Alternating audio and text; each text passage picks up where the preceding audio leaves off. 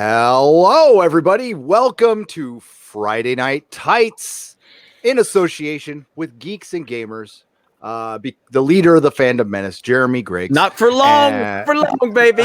Gary's about to pass us, and now you can take that shit and you can be like, he's the leader of the Fandom Menace, and you can be responsible. So I'm good. There you go. I'll make my new rule book later. Mint chip ice cream is the official ice cream of the Fandom Menace. That is my first rule. And candy corn is the official candy of the Fandom Menace. That's it. I'm out. Do we get members only jackets? Yes. As a matter of fact, we're going to gatekeep harder. Man. By the way, happy Brexit Day, everybody. Happy Brexit Day. Happy Brexit Day. If you're British. Did they actually have a deal Brexit, or was it a no deal Brexit? I don't know. I was on. I saw a video where they took the flag. I saw that was announced on Critical Drinkers live stream. Yeah, that was big news. Breaking news with the Critical Drinker, who UK leaves European Union. Look at that. It does. And I don't know if I guess Article 13 doesn't apply there anymore. So yeah, I do like AP News' headline because it says Britain leaves the European Union, leaps into the unknown. If anyone's seen Frozen 2, you're welcome. Critical Drinker put his head out the window and he said that the sky did not fall. So I just want to say, the sky did not fall. That's fantastic. Nicholas Horton is still alive. He's chatting. So what's up, Drunk 3PO in the chat? One of the most handsome men in the Fandom Menace. Did the air he needs a beard. Though? What was that? Did the air explode from the gases in the atmosphere? It's still burning. 16 years it'll be burning. Yes. 16 years. That's good Picard reference there. That was a good Picard reference. So let's announce our guests, ladies and gentlemen, and we will start out with the future Pulitzer Prize winner, John F. Trent from Bounding Into Comics. How are you, my friend? I'm doing great, man. It's good to be back on your channel. It's been a long time. I'm good to be here. I am so happy to see you. We hung out in New York. We had a great time, except you took me to that god-awful Antifa panel, which I'll never forget. It really... That was Quarter Black Garrett. Come on. Oh, yeah, you were there. It was his fault. I can't tell you two apart. The panel was great. that panel was funny. We tried to go over it on a show. We couldn't finish it. Yeah, it was too much.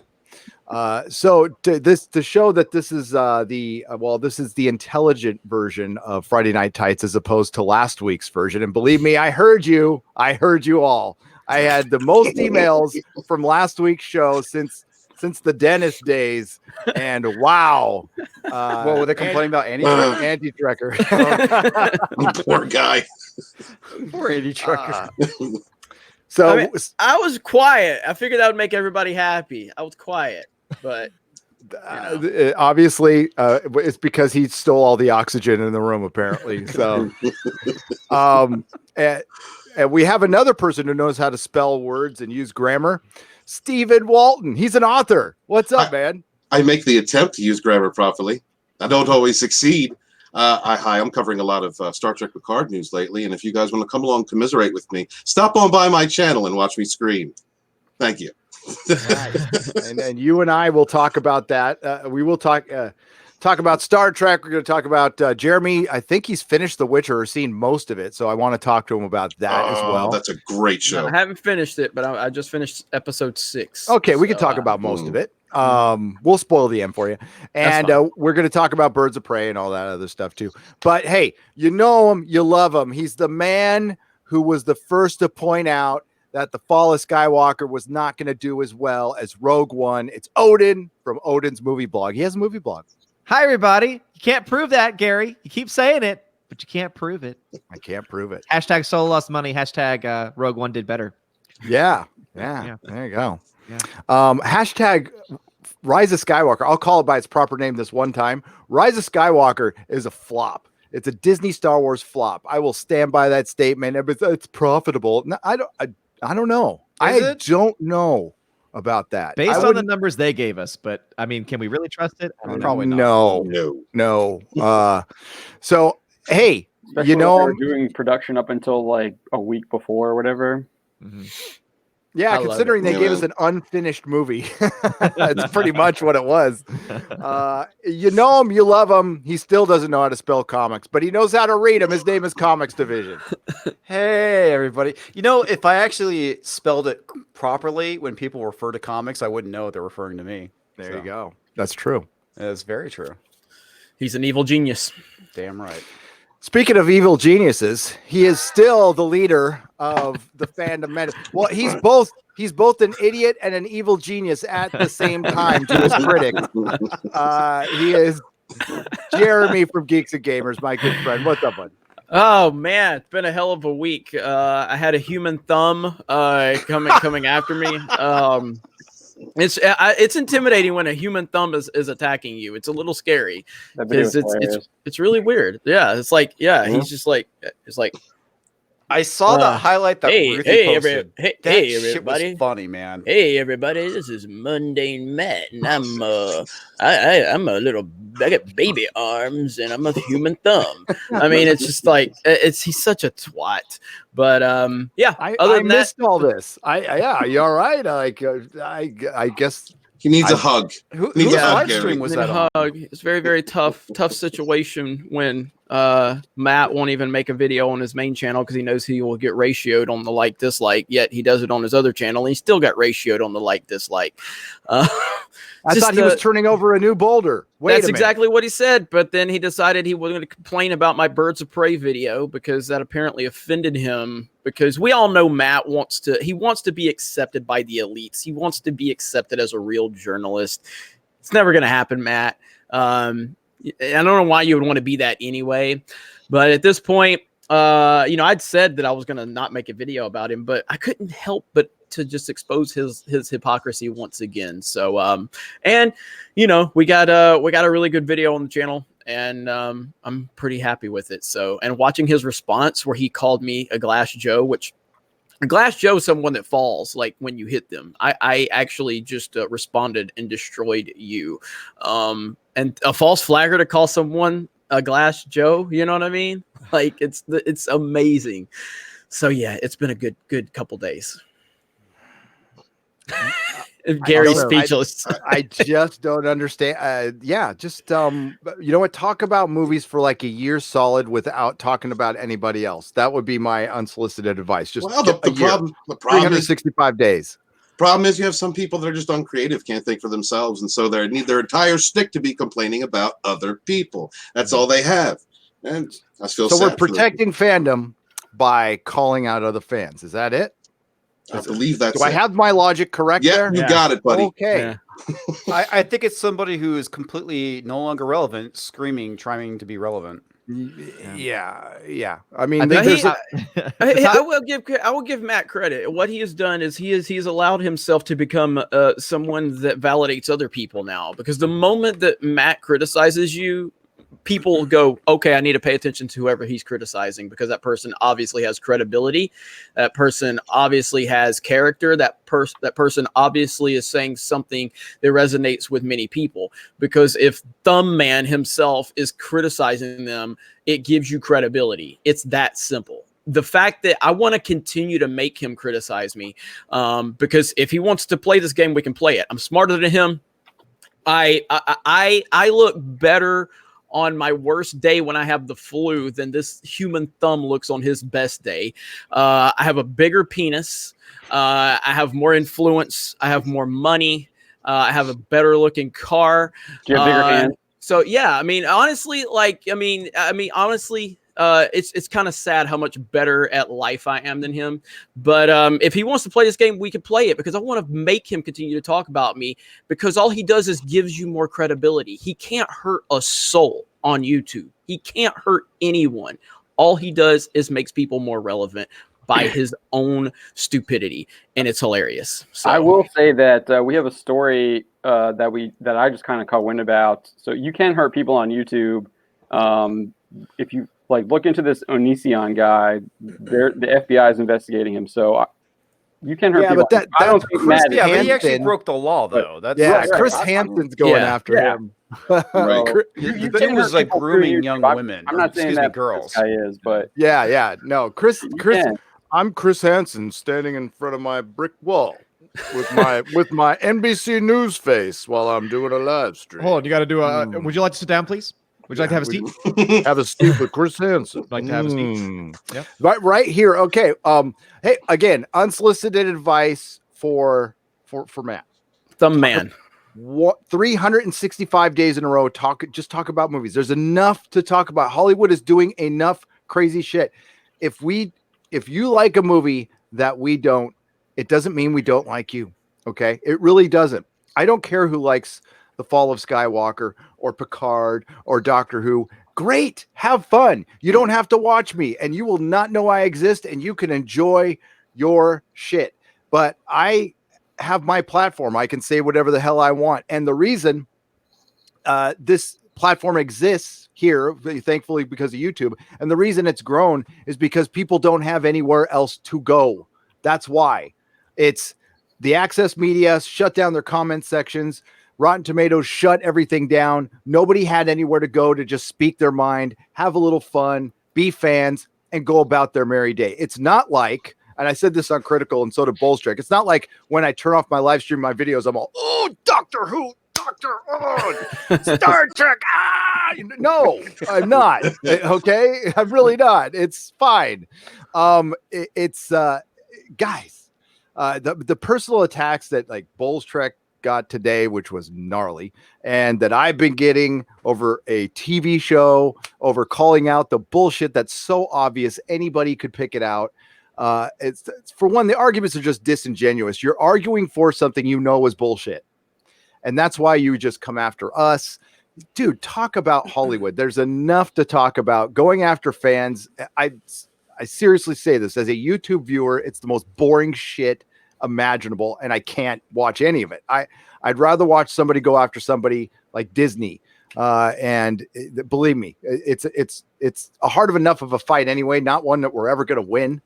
It doesn't mean you don't fight it, but yeah, I keep hearing them say that there's so much positivity and they wish we would focus on it. Yet why don't they focus on this positivity that they claim exists out there in Hollywood? They can't because there is no positivity. You know what? They can focus on it, but there is none. That's the thing.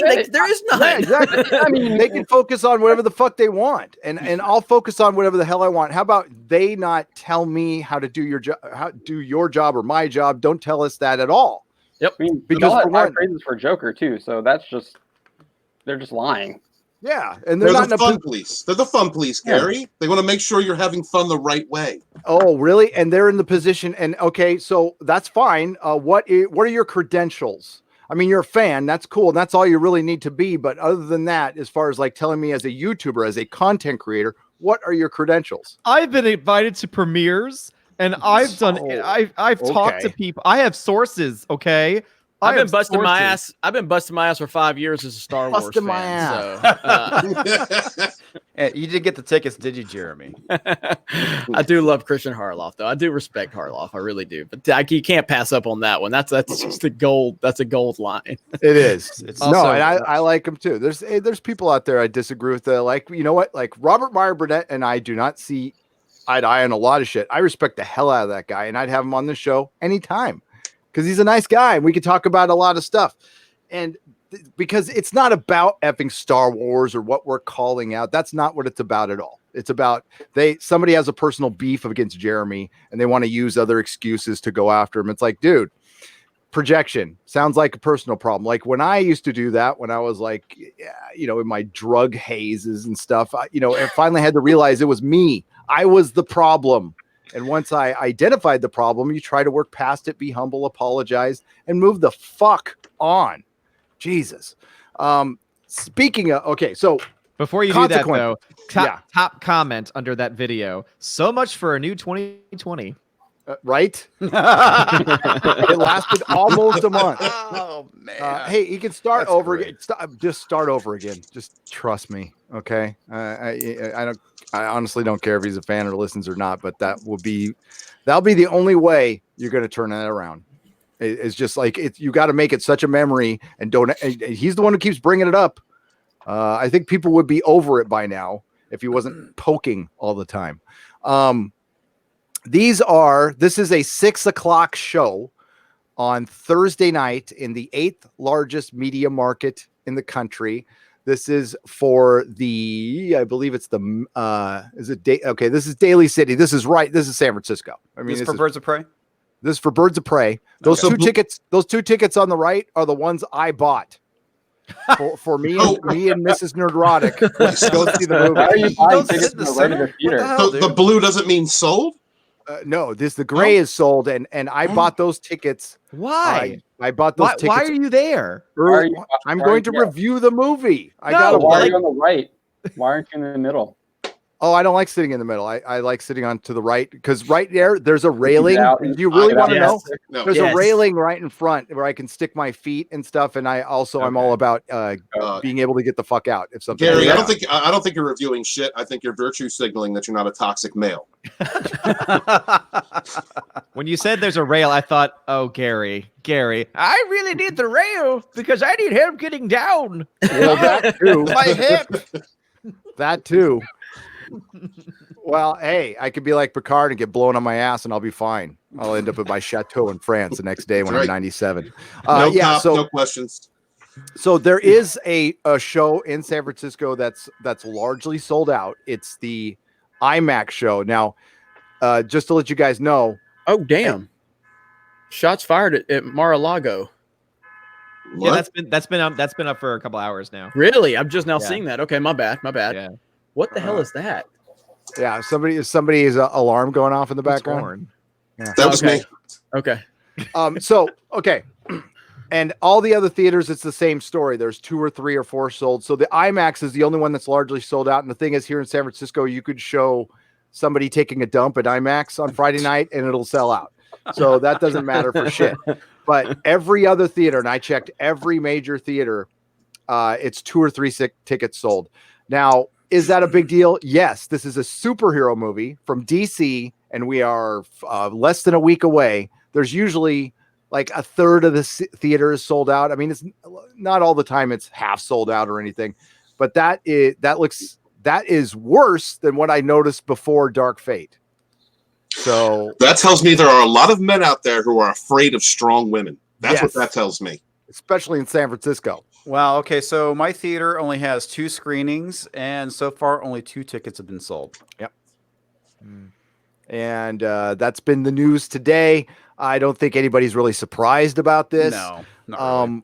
But I mean, guys, I just want to ask. I know the question, but I want to hear your takes. I know the answer, but I want to hear your takes. This fake woke marketing from 2016. Do you think did this movie go too?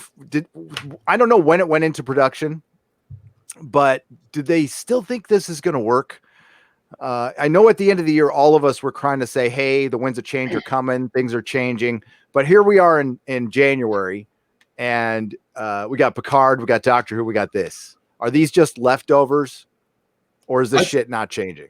I think it is. I think that the process of making a movie takes so long that once they start a production on something, it's hard to stop it. And they got to back up their bullshit. They've got to keep producing this film or these types of films. I think it's going to weed out somewhere around 2022. Hopefully, this woke marketing will be over by then.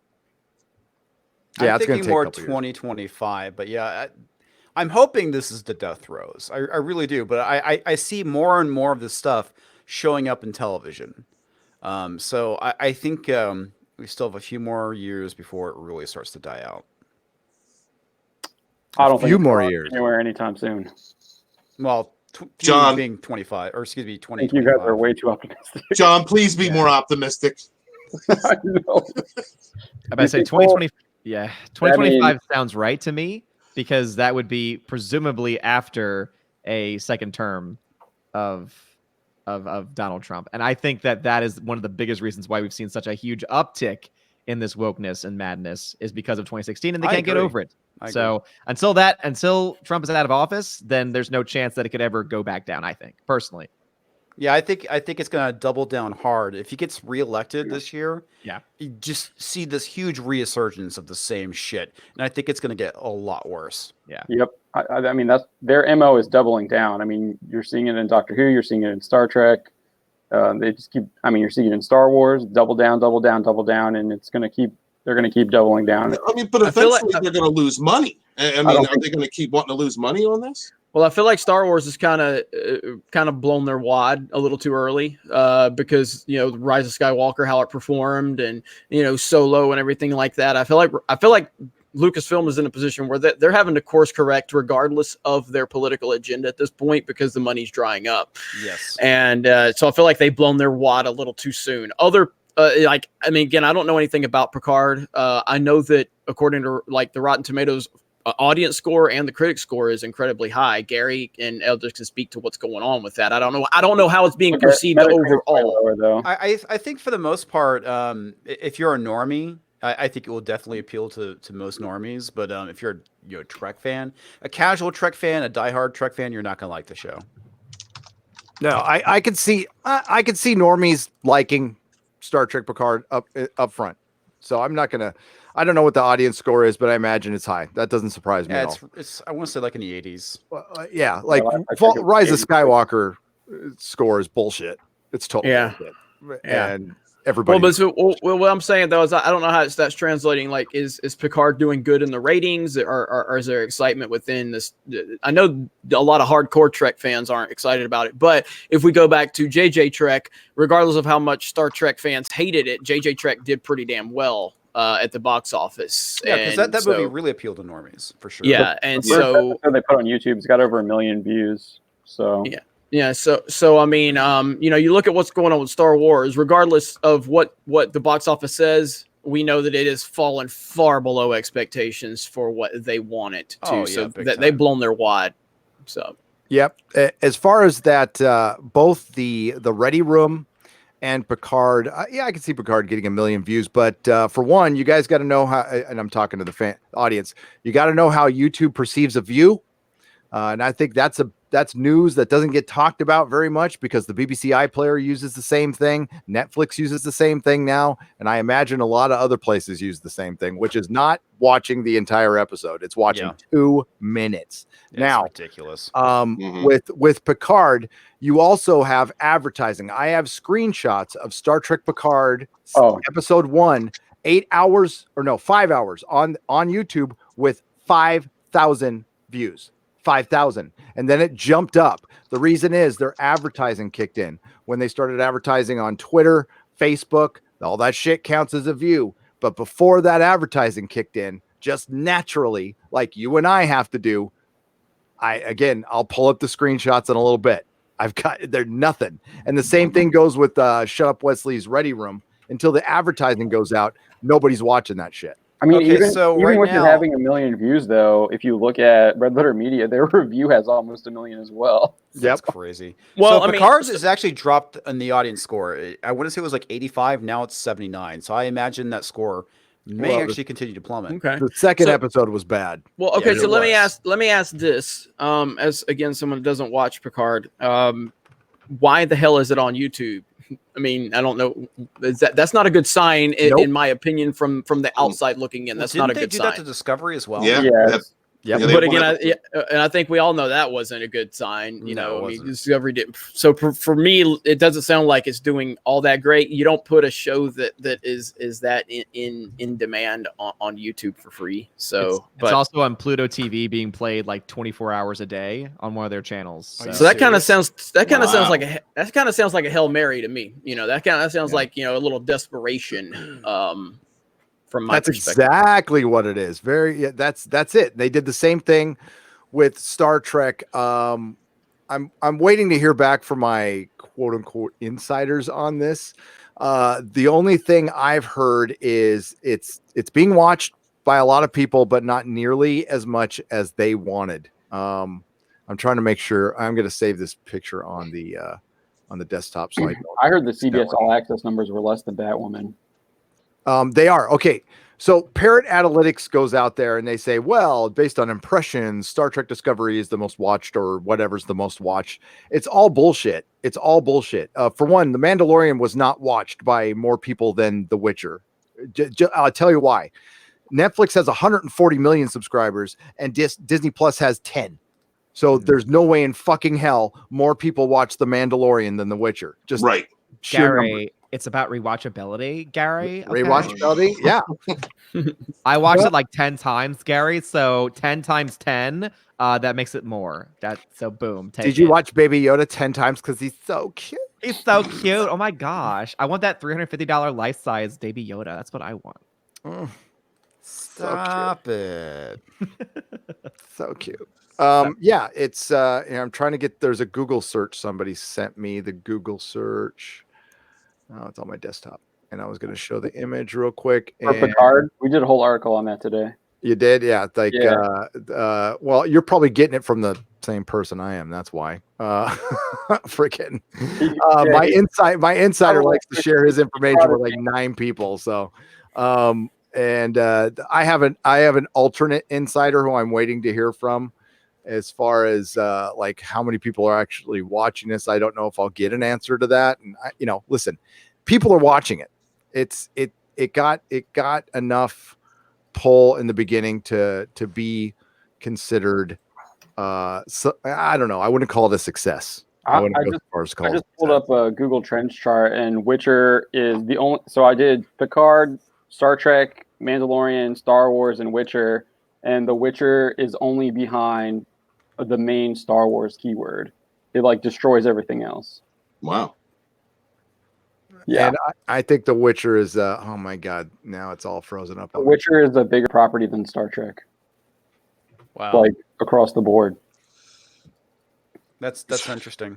We are living in strange times. I mean, did you see this stuff where the on Steam, Witcher 3, after like they released it on Netflix, they had the most concurrent players on Steam for Witcher 3, and the game's like 4 years old.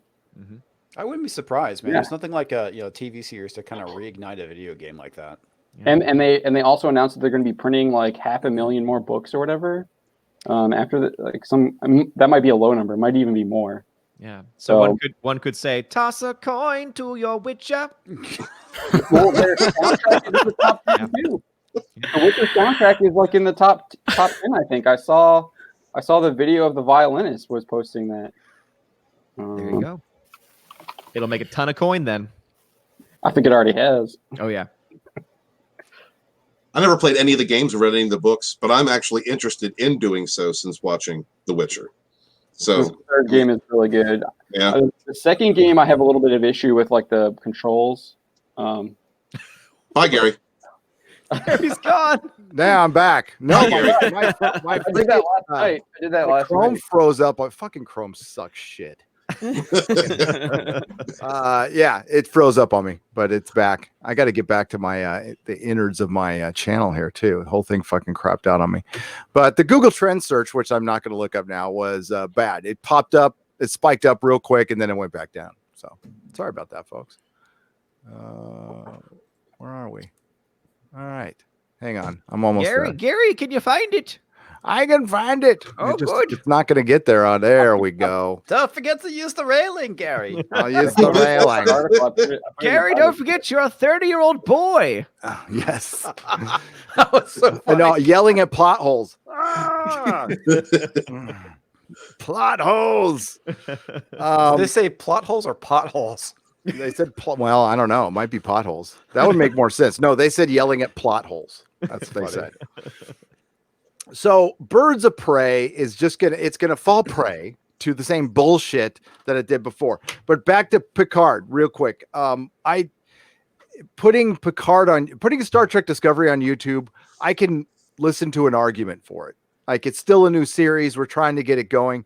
This is the return of Jean-Luc Picard. This is only equaled by the return of Kirk.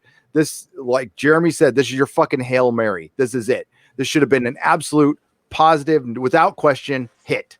Like, everybody should have jumped in. Every old Star Trek fan, people who hated Star Trek Discovery, they're jumping in. Now you're seeing Star Trek fans want to like this, and they're suffering from a little hypnosis right now. They love to see their captain back, and yeah, listen, I like it too. Original series was my main thing. It's my main thing. I like Next Generation. I watched Next Generation a lot. Picard was never my favorite captain. I always liked Riker better. I like Data better. Worf much better. Worf was probably my favorite. Worf and Data. And people wanted to see the crew. And I think once people figured out that the crew wasn't going to be in there and it's just Picard, and we're talking the normies here, they just dipped. They got their free week and that's it, because they were offering a free week. It was free 7 days and I think 15% off of something else. Man, yeah. I grew up on The Next Generation. That was, my dad watched TOS with me, and then The Next Generation came out. I love that. My whole family does, and I've talked with all of them about the show. And everybody's been excited to see it, waiting for it to come out, and everyone's like, it's Picard. Like, there's no excitement, at least in my famfamily. And we love that series. Yeah. I mean, I was really young when I was watching the original series. It was in reruns. I loved it as a kid, but I, much like you, grew up with Next Gen. I was old enough to really appreciate it. So I think I have more of a connection to it, despite my love of the original series.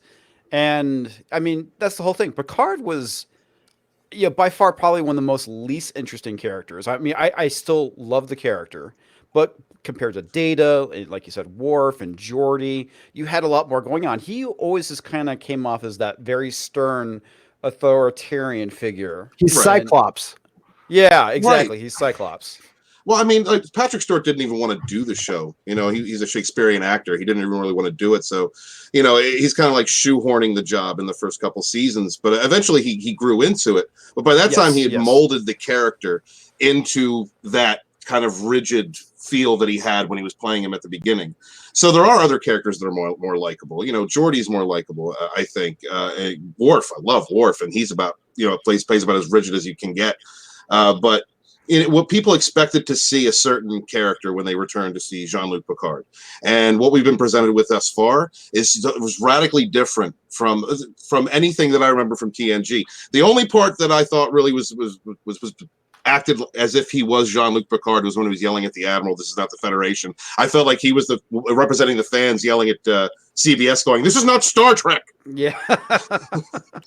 Well, let me ask Gary something. So Gary is someone, I watched The Next Generation, very much enjoyed it, would never call myself a Star Trek expert or fan or anything like that. I did growing up, I did love The Next Generation. No. Should I watch Picard and cover it on Geeks and Gamers from my perspective as a kind of almost normie, as a normie? Jeremy, that'd be interesting. Yeah. Jeremy, do you drink? No.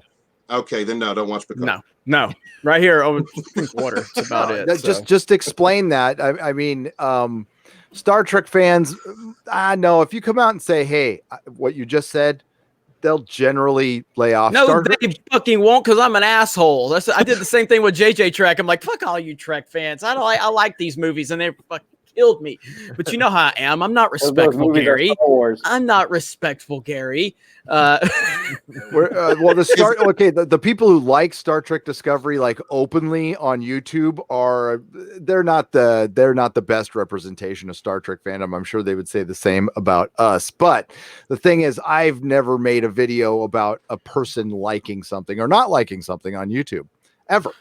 Nor have I discussed it. I talk about the show and I talk about Alex Kurtzman. But as far as you're concerned, you're going to get people going, "What are you dipping in on this?" And it's like, dude, you're Geeks and Gamers. You're supposed to be covering it. I'd like to hear your thought process on it, Jeremy. See, here's the thing about Picard. I've some of my favorite movie characters of all time, and I put Picard in more of a, I know he's a TV character who was in movies also, but I love Captain Picard from The Next Generation, much like I love Gandalf from Lord of the Rings, and so I am interested from that perspective. And there's been so much stuff discussed about this show. I am interested to kind of get into it, and if I'm being honest, I want the clicks too. Oh my God! Wait, was I not supposed to admit that? Oh my God! I'm a YouTuber and I don't know if there is clicks. To be honest with you, promoting. Stop it. Capitalist society. It's somebody's going to take that and they're going to clip it and they're going to use it against me. And I don't know what I'm going to do. It's almost like that time that they took that. Do you want me to do it again for you guys? I love The Last Jedi, and I think it did a damn good job for what it needed to do to Star Wars. I love The Last Jedi, and I think it did a damn good job. You're I allowed. love The Last Jedi. the video. You're allowed to like a bad movie. I'll give you a hug. Peacock. You know, I honestly wanted to go. I'm not going to mention. I went to a couple of his videos because I wanted to hear what his argument was against Doomcock, and all his argument was saying Peacock over and over again. It's not a fucking argument. That's not an argument. What? I want to hear it. I want to hear a Why was he rational. talking about the NBC streaming service? I don't know. But he that's all he said over and over again, like he had Tourette's. It's like, dude, lay out an argument. Let's hear it. Love to hear it. As far as Picard, you might like it. Again, I wouldn't. Does it blame have a normie identity for liking politics it. in it? Does it have identity politics in it? spaghetti Because that's going to be sauce. my big. That's going to be my big problem. They're it's starting up.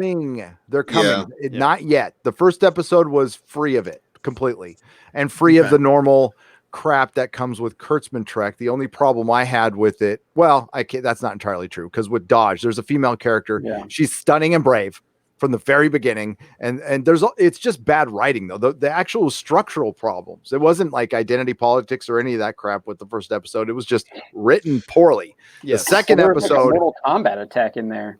Yeah, that's It was weird. It was dumb. If you like cheesy science fiction, you can enjoy it. If you're looking for Star Trek, you're not going to like it. No. That's how I feel.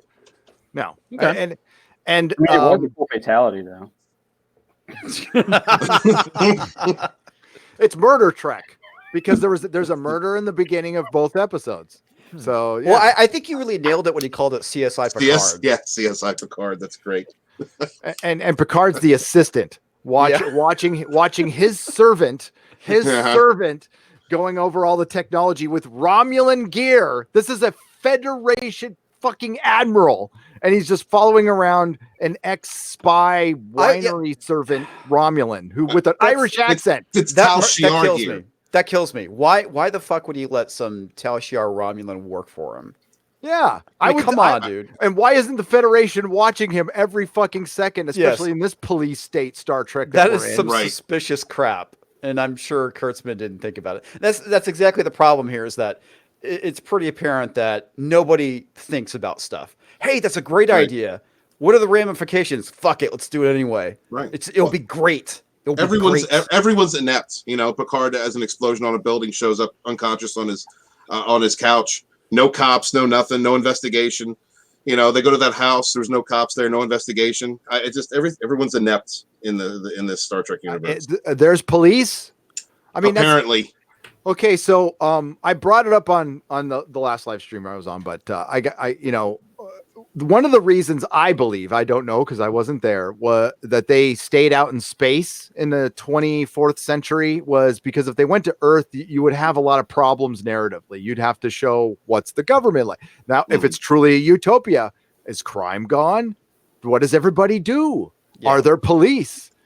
Is there this? Is there that? You don't have to show that stuff because you just keep it with this military, quote unquote, science organization on a ship, and everything else is you will never show it, and that's the way it should be. In my They have opinion. security on the ship. I would imagine they would have police. So on they have board. security, but do they have police with investigators? Do they have murders? I mean, like, what's going on? Like, is crime completely gone, or is the entire Earth okay, or is it just regions of it? I mean, like, again, it paints them into a corner narratively, it's too hard to answer all these questions. So just keep it on a ship.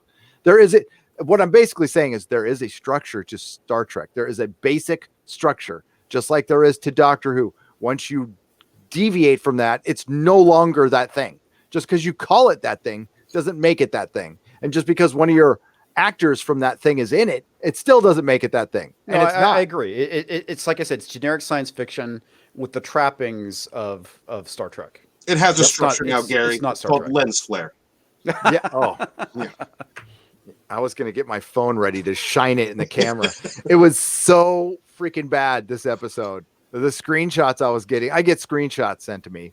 Like, look at the lens flare. Yeah, it was bad. And It was really they fucking don't bad. know what a Romulan is. I don't understand. Like, we get different Romulans in every freaking episode and every scene. You got the Humulans with Picard, and then Yep. you got like the punk rock Romulan on the Reclaimer, and then you got That was funny. some real looking, with bowl haircuts that's showing off in the corner. Like, the show, it doesn't even know what it wants to be. That's one of my biggest problems. And that is the different creative voice. That is the 19 producers coming in. It's an overproduced show. It's just overproduced, overwritten. Yes, it's overwritten. Not in dialogue or structure. There's just too many fucking ideas. And that comes with having a novelist write your TV shows. They don't know how to fucking pare things down. Go back and look.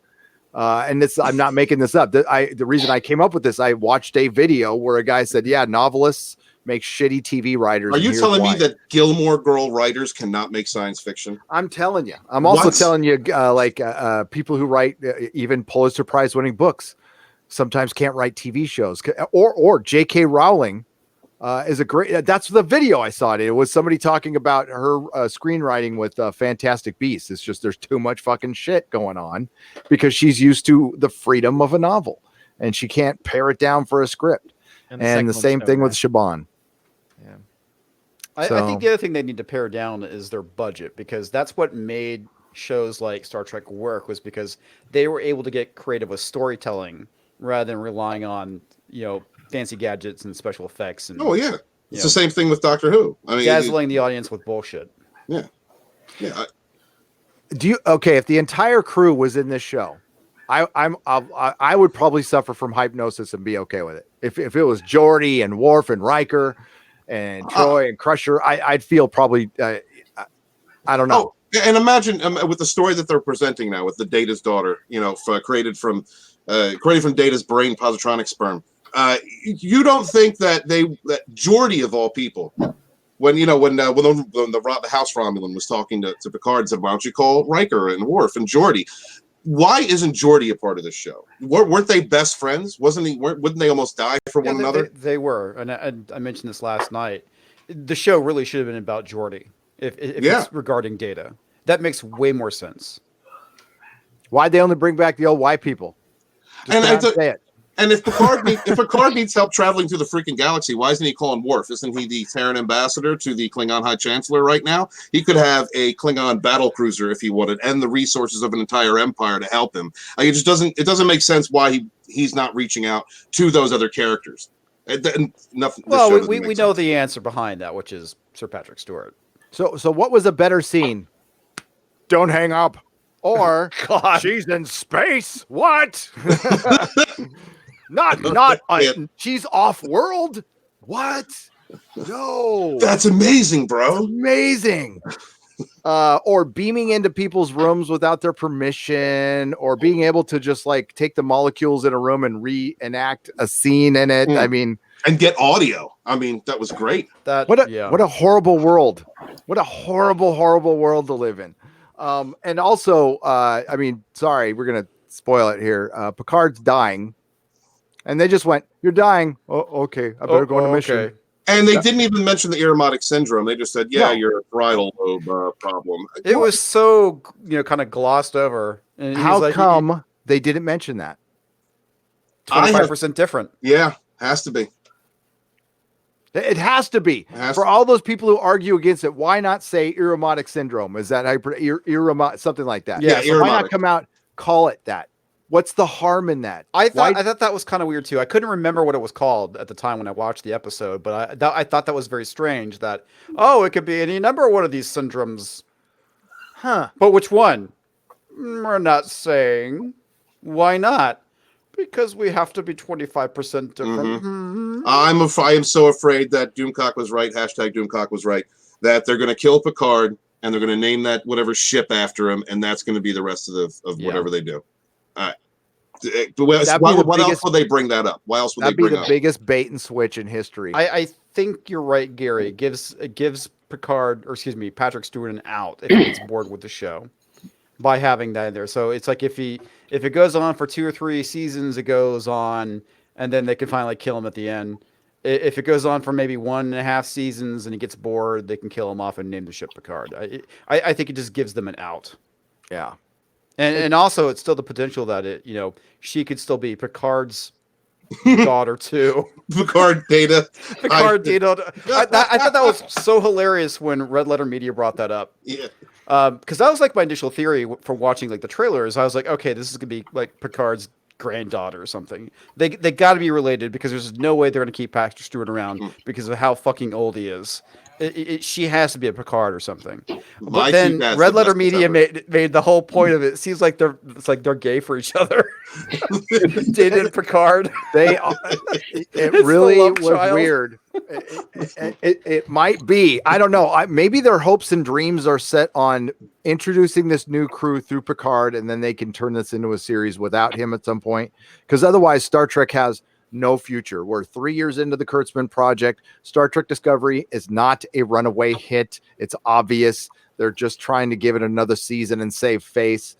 And Picard is going to be filmed as quick as possible. Anything with a measurable metric related to any of these shows show that if the interest is there, it is mild. Not enough to pay for $10 million episodes. And there's no toys. There's no nothing. It's a ridiculous budget. Yeah. And if they were going to go that route, if you look at every scene that doesn't involve Picard, it's very early 21st century-esque. You know, the wording, the situations, the terminology. If they were going to just kill Picard, that would be them killing the past and then moving forward with the show set in the 24th century with Star Trek slapped on it, but it's actually more like an early 21st century drama. Okay, I got to read this comment. This is great. Epic Mojo, this is fantastic. The gender neutral zone.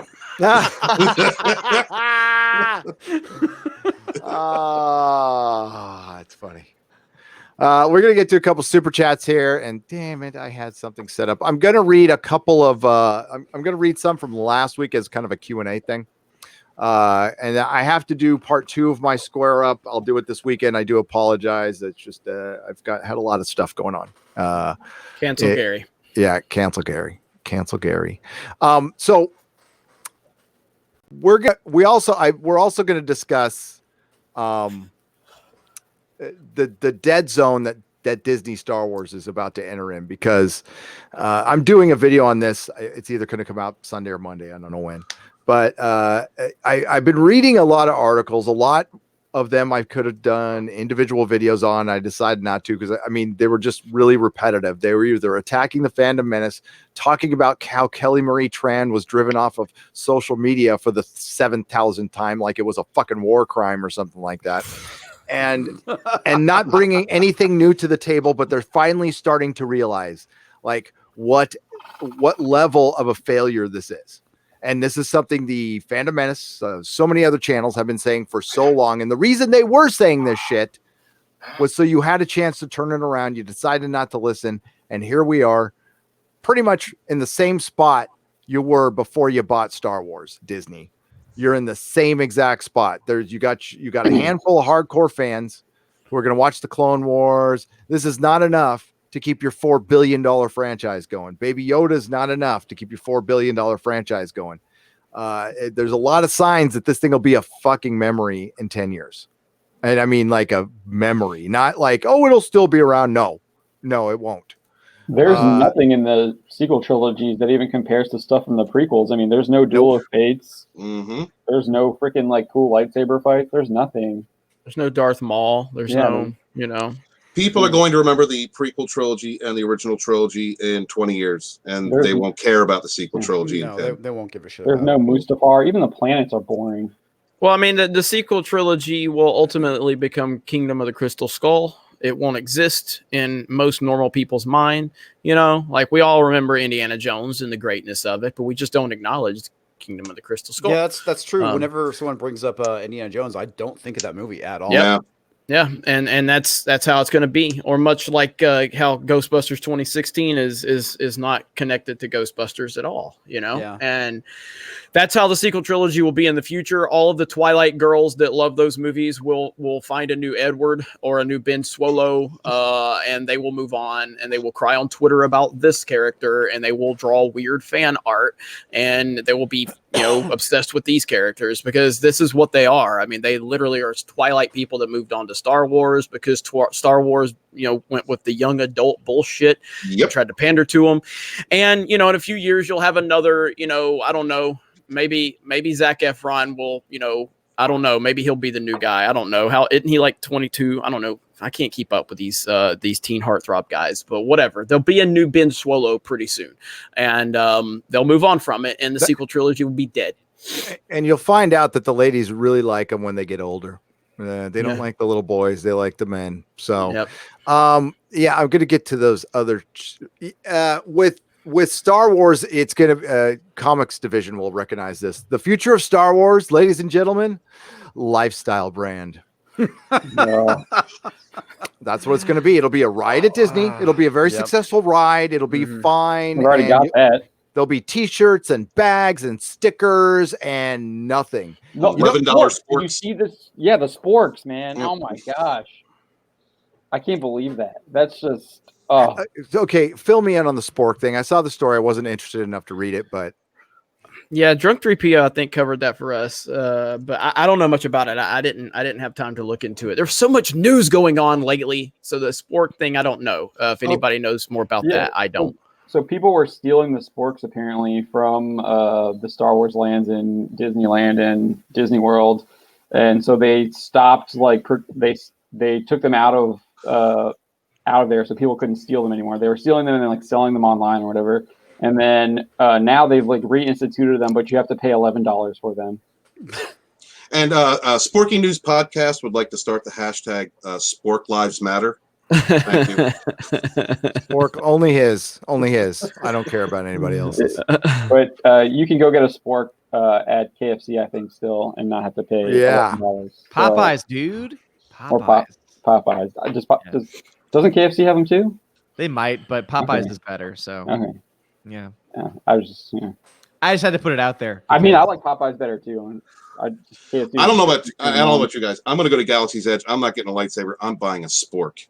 That's what I'm going for. Well, for $11, it better be a damn fine spork. Oh, it's tilted to the side. It's almost like a knife too. Oh, You can like spork shank you. Spank you. I could spank you. Cardinal Sin for $20 says, "Hail Nerdrotic and thank you for an amazing Exozone last night. Brilliant. I saw someone say best show on YouTube and another said best live stream on YouTube. Wow. Get ready for next week. We got Greg Bishop for you confirmed. We got to talk about that, Cardinal Sin, because my next week is crazy. But I'll send you an email. Because I got some stuff going on the home front. But we'll talk. Thank you. So I had Exozone returned last week, our paranormal show, and we had Peter Robbins and Christopher O'Brien, who are we had our first guests, and it was freaking epic. Wow, so check it out. Show. Thank you, by the way. Thank you. We talked about all kinds of weird stuff, and it'll be on the Harvey Zone. I think it's on Doomcock's channel still. Cardinal Sin has become a member. Thank you very much, Cardinal Sin. So the future of Star Wars. Let me pull that art. The article was up, and then my stupid thing crashed. So Forbes is, my God, they write a Star Wars article every 5 minutes, pretty much. They have been getting, but this one was the one that we really need to talk about, and it's Star Wars is basically failing some more. I don't believe it. Yes. There's no way. It is. So again, as I was saying, it's the fault of all those Fandom Menace members. That's pretty much what every article has been. Toxic minority. I've been so busy I didn't even see this article. How long ago was this one? 5 hours ago. Oh, all right. I'll be covering that one tomorrow. So, well, at this point, we might as well wait till the weekend to when we get the actual numbers in. But it looks like because I think it'll track below this. Odin, you can correct me if I'm wrong on this one, but it's a short article. We'll read it. Box office Star Wars Fall of Skywalker tries to avoid worst 50-day decline ever. Mind you, this is all not adjusted for inflation, but no, because it'd be worse. It would be worse. Star Wars The Fall of Skywalker feels like it has come and gone at this point. It certainly has, hasn't it?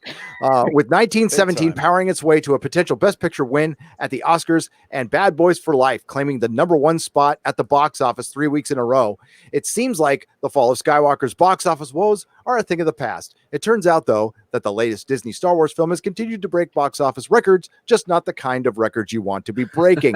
And it could break a huge one next Friday. There's no doubt that The Fall of Skywalker has achieved some incredible box office milestones, including the highest grossing movies ever with 503.5 million domestic and 1.49 billion global cum. It had a December this is bullshit, that bested Avatar in all 3 of the Lord of the Rings films. Fuck you. Shut up. Wrong. Don't even compare fucking Star Wars to Lord of the Rings. That's fucking nerd blasphemy. That's such bullshit. For one, you don't fucking put in the inflation. Lord of the Rings. I'm sorry. How many fucking Academy Awards did Star Wars win? I'm sorry. Can I get that number again? Fucking 9 films can't equal what one won for Lord of the Rings. Greatest trilogy ever. Don't ever fucking It did win some Zeitgeist Award, though. It did. That's good. I saw that. Fuck. Not that Academy Award count, but come on. Come on. I don't even know what that is. Yeah, what is the Zeitgeist Award? Did it win some MTV Movie Awards? It was like some casting Society of America or something like that. Or I had no idea what. I had never heard of them. That's like a Saturn award. It doesn't count. Doesn't really matter. So, but again, like we got Jeremy here. How many sports ball teams are remembered for leading in the first quarter in the Super Bowl? I could take a shot at Uche right now, but I'm not going to do that. But I would take a shot at Uche. No, just it was from our Sports Wars chat a few weeks ago. I'm going to keep roasting him on that. But there's no need to get Uche started because once you get him started, it's hard to stop that mofo. But yeah, none. I mean, and that's the whole point. I mean, the only teams that get remembered for things like this is more of an infamous nature, you know, kind of like the Atlanta Falcons or the Patriots when they were 18-0 and, you know, they didn't close the deal and lost the Super Bowl in the final minutes. Or the Falcons when they blew, you know, their massive lead against the Patriots. That's how you're remembered infamously. So good job, Rise of Skywalker. Good job. Yep. But Rise of Skywalker also quickly stumbled after a strong start. Not only did the Disney film experience a much less than impressive weekend than its 2 Star Wars predecessors opening weekend, 177.4 million. That was the opening weekend. Then it had a sharper decline. Well, let's see what these declines were. Oh my God, this weekend breakdown is just fantastic, by the way, because it's like you got to use it. You got to use this in your box office breakdown. Oh, for sure. I'm going to open my video up. I'm going to say, I can't spin these numbers in a positive direction. So I just want to go ahead and put that out there. Can't spin these in a positive direction. Oh, yeah. You know what? I forgot. Somebody used one of your because I can't spin these. That's right. So that was Jarbo who did that. That was the first weekend that didn't do as well as the other 2. This was after they gave. Okay. So they came out. Remember, it was the Christmas Day, and they decided to use the Christmas Day numbers and throw those out there and make it sound like it was this just epic opening fucking weekend. Remember, guys, this weekend they got basically 2 weekends on their opening weekend, and they still couldn't do as well as The Force Awakens or The Last Jedi. They fucking cheated. They stretched everything out. They manipulated everything they possibly could. It was the most fucking theaters that any Star Wars film has ever been in. And by the way, week 6, 96.8% drop. It made 5.6 million. And this is what we're looking at. For one, some of the movies it's compared to tells you a lot about modern cinema, to where Scorsese's not totally wrong. He got a lot of shit, but like, look at these. Captain America Civil War, a movie that's largely enjoyed by everybody, had a 98.7% drop. I can tell you this because the movie was all about the airport scene and not much else. And Avengers Endgame had a bigger spot drop because Comix Division and I did a review on that one where we said we liked the movie, but we ripped it for 2 hours, and which is true. Deservedly so. We got 90,000 views on our live stream. Sebastian Stan's ripping it now too. Yeah, because it makes no fucking sense. And look at these. These are all Disney movies that just fucking, except for Jurassic World, front loaded. It's all bullshit. So on a year that the Joker comes out and changes everything, so much so that DC can't even change itself fast enough. It's still the same company's putting out Birds of Prey. I cannot fucking believe that. Believe it, buddy. Believe it. Hey, so, I want to, just because somebody made it in the chat, and I want to touch on this just for a second. Odin might know more about it. Where'd it go? Xenowork says, Nerdrotic, just want to tell you, in case you don't know, China is under quarantine and has shut down thousands of theaters, which will affect Hollywood's box office numbers. Is that true? Yes. Yeah. Business Insider had that. I saw 70,000 theaters are being shut down. I think we put that in a story. Wow. What's the next earlier big? this What's week. the what's the next Birds big? of prey. I think Birds of Prey. Yeah. I'm assuming Birds of that's Prey. what they're going to blame it on. They're going to blame Yep. the failure Yeah. of Birds The of Prey coronavirus. Yeah. on the Now- fucking Yeah. virus in China. I'll have to I don't know double check. I don't know how that's going to play in China though, because it's R and there's like tons of violence. That's what I was going to say. I don't know if that had an Anyway. official release in China yet. Yeah. Yeah. We're also going to get into how I just want to show you really quick on how this isn't a feminist empowerment movie, although they're trying to sell it, but it shows you how superficial and stupid they are because the people they're trying to sell it to won't believe this shit. And it's simply one thing. These girls are still dolled up. They're all sexed up, dolled up with makeup on. Do you think some hardcore feminist is going to like that just because they're kicking some men's ass? They're not going to stop there. Are you fucking kidding? It was like when Anita Sarkeesian criticized the doctor for not being white or for being white. When they changed the doctor to a female, she thought they ain't do good enough. They didn't but go she's far black enough. Now, Wow. Gary. She's black now. Yep. Yeah. Also, for the record, China did not have a release date set for Birds of Prey, which makes sense China. because of all those things. Yeah, China did not want the Birds of Prey, did not want the ladies, did not like the ladies. But I think what that will affect is Mulan. Yeah. I can see that. Yeah. Yeah. If Box Office Mojo's projection is correct and The Fall of Skywalker pulls at least 3.4 million in this upcoming weekend, that'll put the film's total right around 507.2 million. That 3.4 million showing would represent a 98.1% drop from its opening weekend total. That's not good. This thing is all this fucking spin. And then they just compare it to all the other ones and they call it a big disappointment because it is. It is. This is a flop, folks. This is a Disney Star Wars flop. This was the end of the Skywalker saga. This is the risk you ran. And Jeremy, you can't spin this, buddy.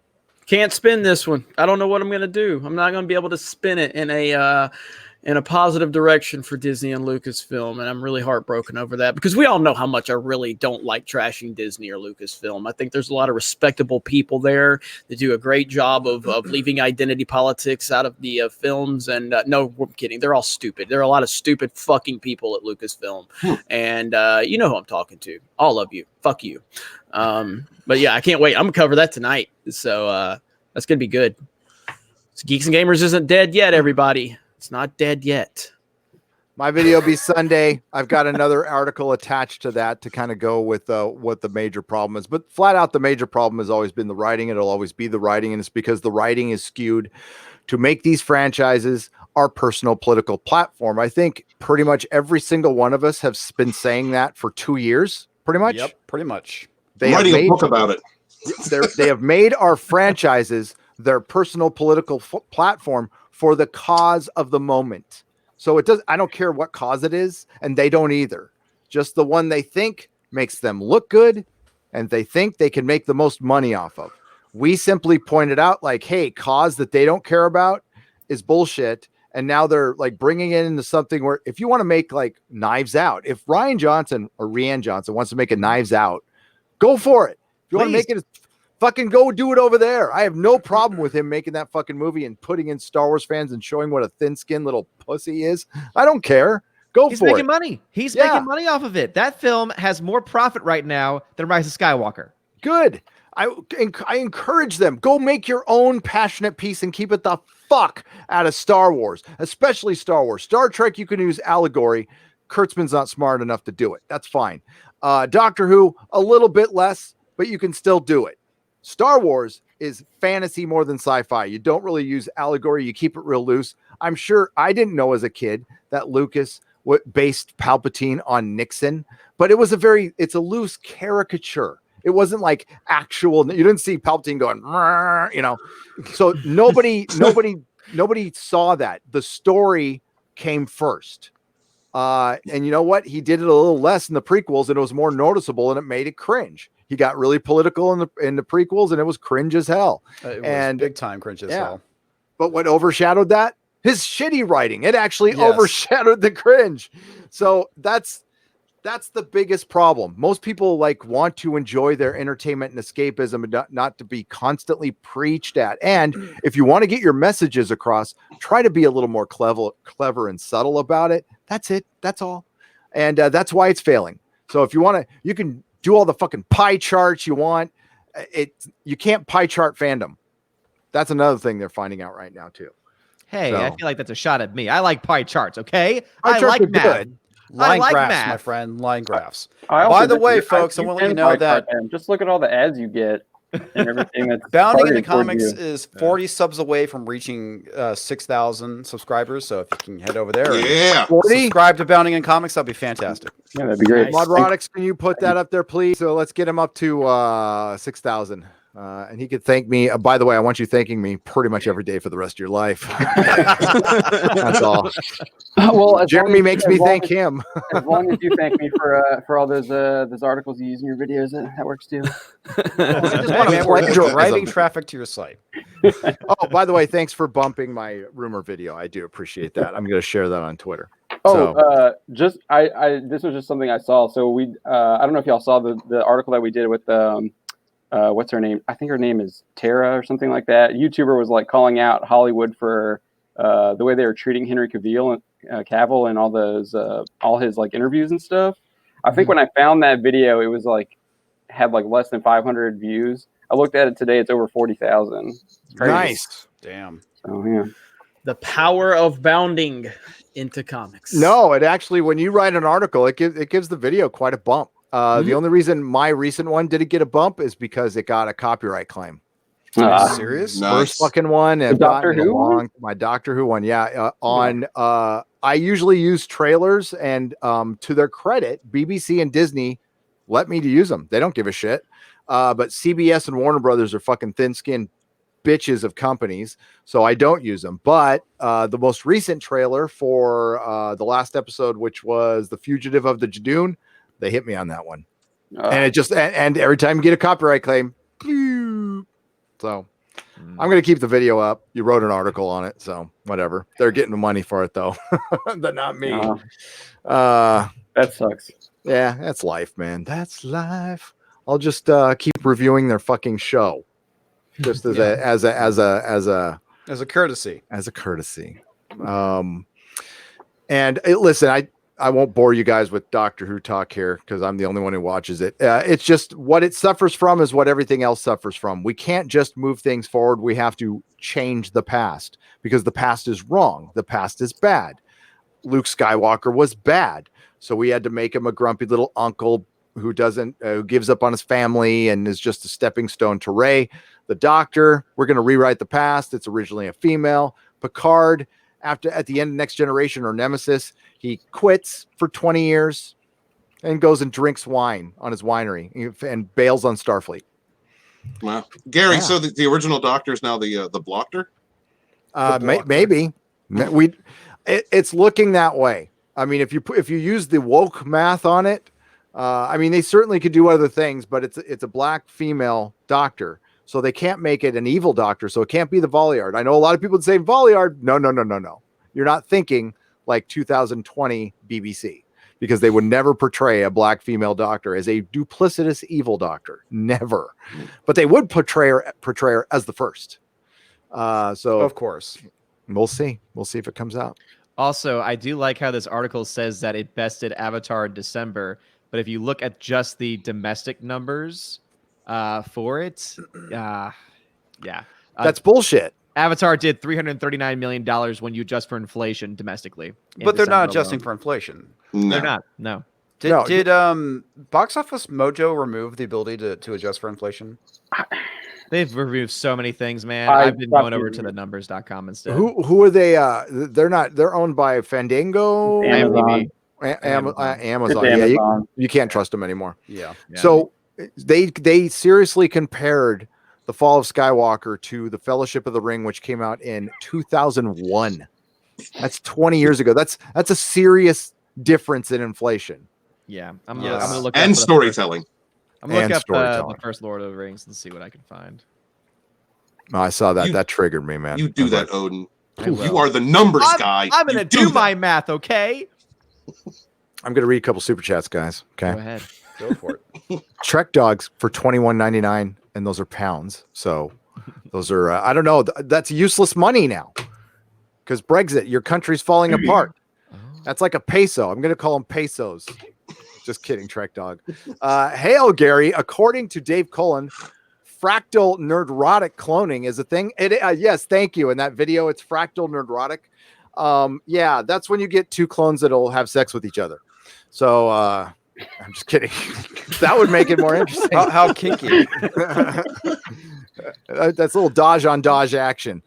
So now you hire yourself as a producer and scream enrage before you jump start from your house to the supermarket. They can split now. They can split now. They can clone now. They can, Trek dog. You know what? I'd be the last person I'd hire as a producer. Just so you know. Sir Ruin of House Roundhead for $4.99. When you get a chance to go to Arulanaut's channel, I've never heard of Arulanaut's, and watch their video called Kylo Ren Reacts to the Rise of Skywalker. It is hilarious. Okay. Noted. Sir Ruin of House Roundhead, do you go on other people's live streams and tell them to go to my channel for videos? I'm just wondering. You super chat them and tell them to go to my channel? Or you just come to my channel and tell other people? He probably, you know, his answer would be, he said, whenever I super chat them, they read it within 10 minutes instead of 2 hours. Nice. So Ruin of House Roundhead for $4.99. Jeremy and Gary, I'm sorry I took you to see the terrible Joker movie when I was taking you to see the masterpiece Birds of Prey next week. I know. You're such a misogynist, Sir Ruin. Oh, man. JS $9.99. Hail all. Here's some money to say thanks for the podcast. As a truck driver, I get many hours of entertainment as I drive. I don't get many chances to watch live stream, so keep up the good work. JS, thanks for jumping in. And yes, hail to all the truckers out there. I know you guys are always listening to stuff, and you all used to listen to Art Bell or talk radio or books on tape. And yeah, as a fellow, I don't drive as much as a trucker, but I like to drive almost as much as Jeremy does.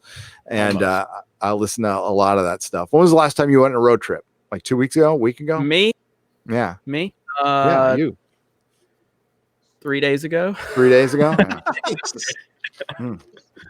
I'm going on one in like 3 or 4 days. So yeah, and I'm going on another one here in the next couple of weeks. So I just love driving. It's my thing. I like my hands on the wheel, cruising, and you know, stopping where I want to stop, and you know, that's it, man. Hey, Jeremy, where are you going? Where am I going now? No, or in next week. I'm not coming near you, so don't worry about it. So well, that makes me sad. Well, even if you were coming near me, you'd still not tell me, and you drive right by me. Especially with that voice, I'm definitely not coming near Jeremy, come on, Captain Creeper. Yeah. I'm heading up north this time, so yeah, I'm north of you. So no, you're not. Yes, I am. Oh wait, you're not in New Orleans anymore. I keep forgetting. I keep forgetting. All right, then you know what? I might be stopping by. I might be stopping by. All right, I'll let you know. It when I see it. Will you pray? Will you pray for me when I get there? I will pray for you. Absolutely. Okay. I'm gonna need it. So.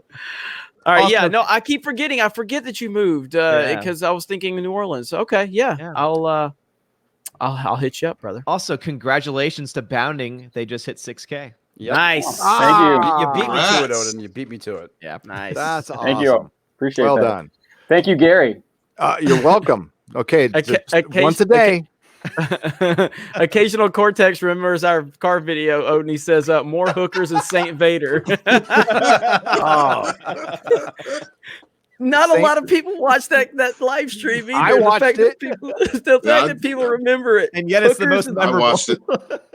Hookers and Saint Vader. Why do my car videos are the most memorable live streams? And that's the best part. I mean, it's because of you, man.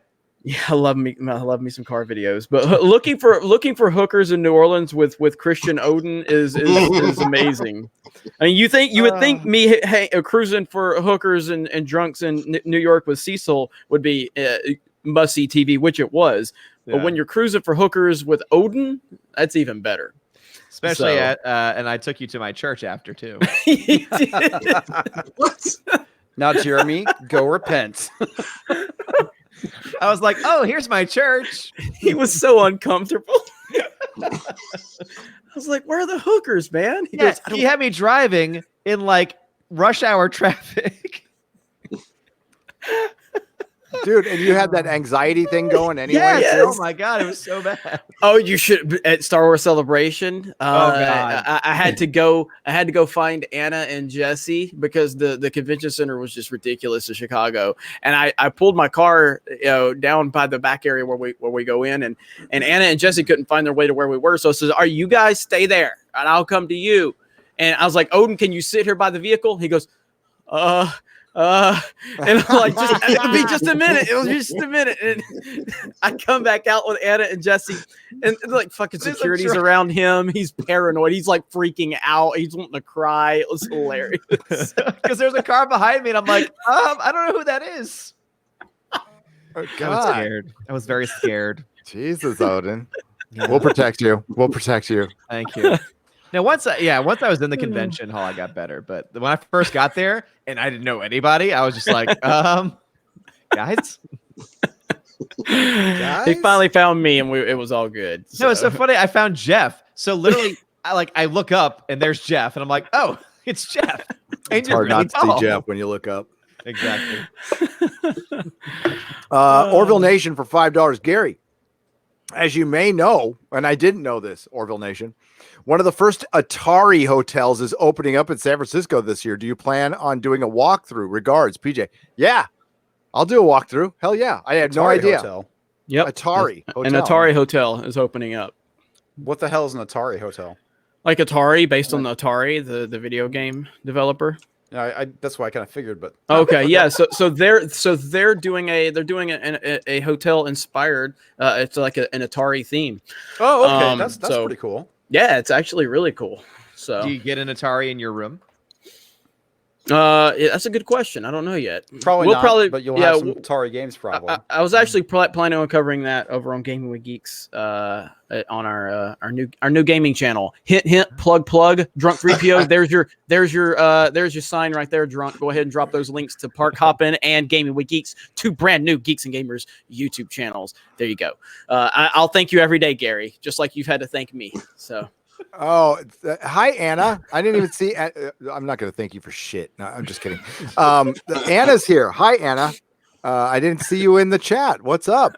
Yes, I should have come to Star Wars Celebration. I couldn't, but I will be there this year. Oh, yeah. As a matter of fact, we got to talk about renting a place out. You and I, Jeremy. yes. Oh man, listen. I've already had some. We've had some major discussions with some people on the team already. This is going to be amazing. We are going to roll up in there like the NWO in 1996. It's going to be so fucking badass. It's going to be great. Geeks and Gamers is going to be representing, and all the soy boys. Star Wars Explained, motherfucker. I will be there again, and I will find you again, and I will shake your hand again and attempt to speak to you like a man. We'll see what happens. But yeah, I can't wait. It's gonna be awesome. Yeah, Gary, we'll talk about it. Yeah. It'll be an open meetup. I've already have hotels like booked for all of us. Wow. So Yeah. in Anaheim. Yes. Yeah. Thank you for that. But I'll get the, like, if we want to just rent out a bar or something, let's do it. We And have to do that. Anybody could come, even other YouTubers, so that we can test Glass Jaws or Joe's or whatever we want. So if the YouTuber, I mean, like, open invitation, sit down, we'll have a conversation. That's it. Am I invited too? Huh? No, not you. Well, no. You need to draw a frowny face on that, Odin. I do. You do. Well, Odin, are you going? Are you going to come? I mean, it's outside with people. Yes, it is. The Okay. tricky part is that the last one was great because it was over the summer. I'm a teacher. I was off. This one happens like when we're back in school and one of the first weekends that we're back in school. So I'll be like, I won't know really until we get our full schedule for next year. Gotcha. Yeah. Yeah, I mean, right now, Drunk's going to be there. I'm pretty sure we'll have Jesse from Exaggeration Nation there. We've got so many. Gary's obviously going to be there. Ryan Kennel will be there. Obviously, anybody. I would love to have Mary Mayhem there. Darth Barbie will be there. So we've already We've got a crew. Thumbelina. That's it right there. Thumbelina Jarbo. Thumbelina Jarbo will be there. I think. I mean, Jarbo said last time he tried. Gary, he tried to meet us. He tried so hard to meet us. And he said you ran. That was the first thing he said was you ran from him. Ran away. You were scared of him. Although we had ran 3 away. public open meetups that we constantly announced on Facebook, Twitter, Instagram, and YouTube. But we ran. Okay. He ran away. Gary could confirm. We walked the floor. I was actively looking for people to confront New York and San Diego. Were you with me? Well, we didn't get to go to the convention floor together, did we? Yeah, we were in New York. And that's San right. Diego. Yeah, because we got mobbed over by Hot Toys and everything like that. Yeah. So we met Baptist 702 on the floor. We met a bunch of people at the Hot Toys booth, and we are. I walked around Star Trek. You walked around New York. I walked around New York. I mean, I never had a person raise a middle finger to me. Not once. Nope. Maybe I had one guy during a live stream say, "Don't you hate on Star Wars for a living?" And I said, "I hate on shitty Star Wars for a living." And he goes, "Damn, that was a good answer." And because I was live, he goes, "Hey, aren't you the guy that hates on Star Wars for a living?" I said, "I'm the guy that hates on shitty Star Wars for a living." He's like, "Damn," he responded. I was like, what do you mean to do? So I didn't tell you this story. I got recognized in public for the first time here. Nice. I was in my gym, and the guy comes up to me, goes nerdrotic, and he's like watching one of my fucking videos. Yes. Wow, dude, that's amazing. But he brought Friday Night Tights up. Jeremy Griggs. Now by the way, the crew at Pete's is probably watching. So Pete's Coffee, the one where I get this from all the time, they watch us. So what's up, Pete's? Love you guys. That's amazing, dude. Yeah, it's right on. weird. It's totally cool. No, the guy was that was Matt. So shout out to Matt. We met in the gym. So that's awesome. And since you just read that super chat from Orville Nation, I wanted to mention to anybody that is a Star Trek fan. General Martok himself, J.G. Hessler, is going to be on Orville Nation tomorrow at 6 p.m. Eastern Standard Time. Check that out. Sub to Orville Nation if you haven't. He's got a lot of different actors coming through on that channel. That is amazing. So please check that live stream out. I can't wait for it. Orville Nation's killing it. He's killing it. He's doing such a good job. We'll get you on soon, bud. Stargate 404 for $10. Can't stay long. Wanted to thank Jeremy for doing the Lord's work and taking down the Boulder Boy Baron Jar Jar Jarbo. I know I'll burn a little bit longer in purgatory for ever being subscribed to him. 404 continues. Also, I really wanted to thank everyone on the stream here and some others who aren't, Midnight's Edge Doomcock, for keeping me company when I had eye surgery and I couldn't open my eyes for a couple of days. Oh, shit. Damn, dude. Jeez. Brother, man, we're glad. Stargate 404, you've been a long time supporter. We thank you for your support. I mean, forget us, dude. Get better, feel better, and we appreciate your constant support. And have a boulder on me, okay? Leave it to the Christian to ruin a sentimental situation here. Levity. It's entertainment, man. I had eye surgery the same way. I had to close my eyes for 2 days, and it sucked. And I just thought about thumbs going places.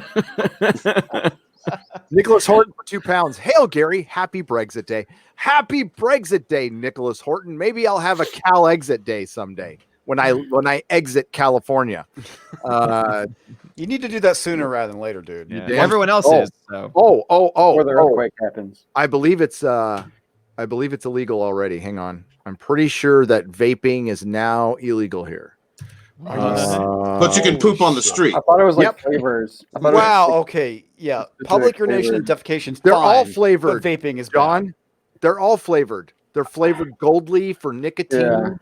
Vaping flavors illegal. I think it's this month, right? Yeah, I saw that.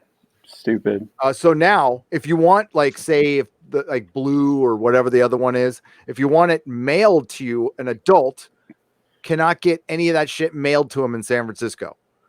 Wow. At all. It's illegal. Republic of California. So you can't even do it in private? Like in the No, privacy they of can't your send home? it to my house. You can go to Daly City and open up a PO box and have them mail it there and just fucking drive it across, which is Yeah. That's the irony. Okay, so marijuana is legal in California, but vaping is not going to be. yep. What the fuck is wrong with your state? Everything. You can poop on the street while smoking a blunt, but you can't vape. I'm so glad I escaped the clutches of California when I was very, very young. So they instantly put a bunch of businesses out of. I mean, they're out of business. They're done. yeah. Like immediately. And this is like, but I can go buy a But pack think of of the fucking children, Gary. cigarettes. Think of the children. I can still smoke cigarettes, but I can't get this.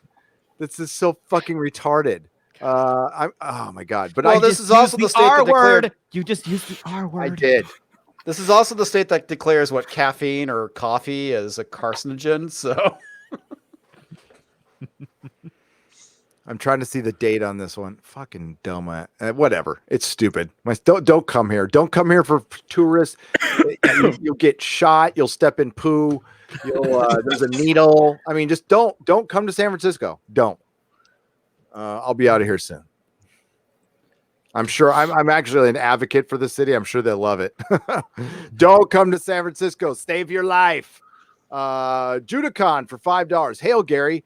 That was an excellent live stream. You were with you and Critical Drinker and Blows Trek. Hail the rest of the panel.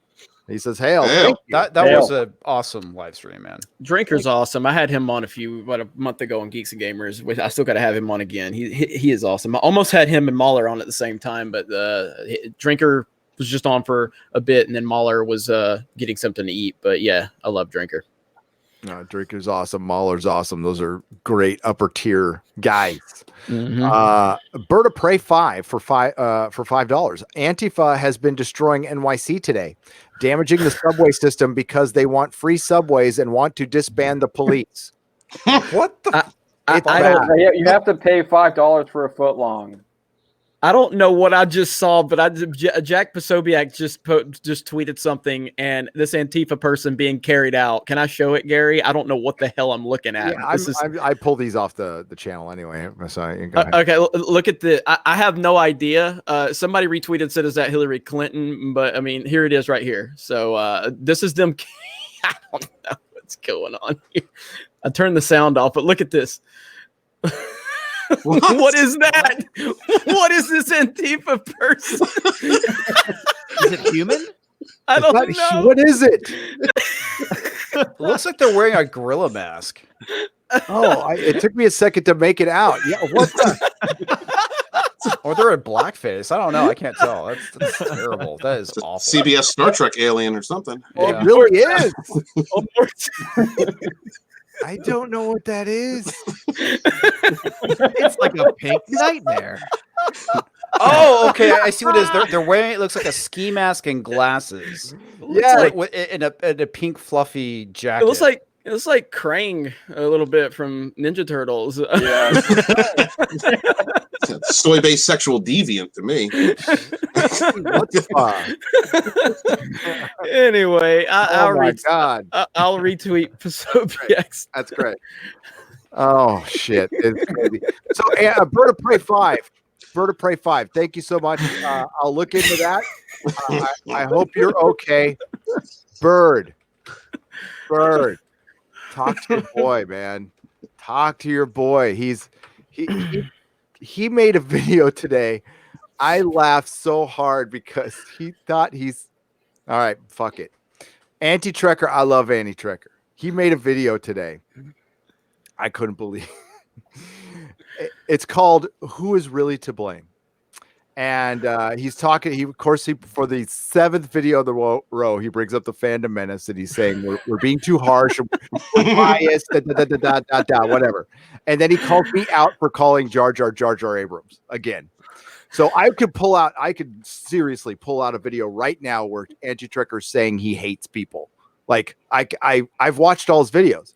I don't know where the fuck he's coming from with this, but there is a live stream where he goes, I hate Michelle Paradise. I have never said that about anybody from Star Wars. And he's all, we've really got to be a less hyperbolic. And we got to stop the anger. I'm like, I'm laughing, Bird. I'm laughing because he follows it up with this. He goes, the real problem that nobody has figured out in the Phantom Menace is that these writers are using these franchises for their own personal political platform. What? Are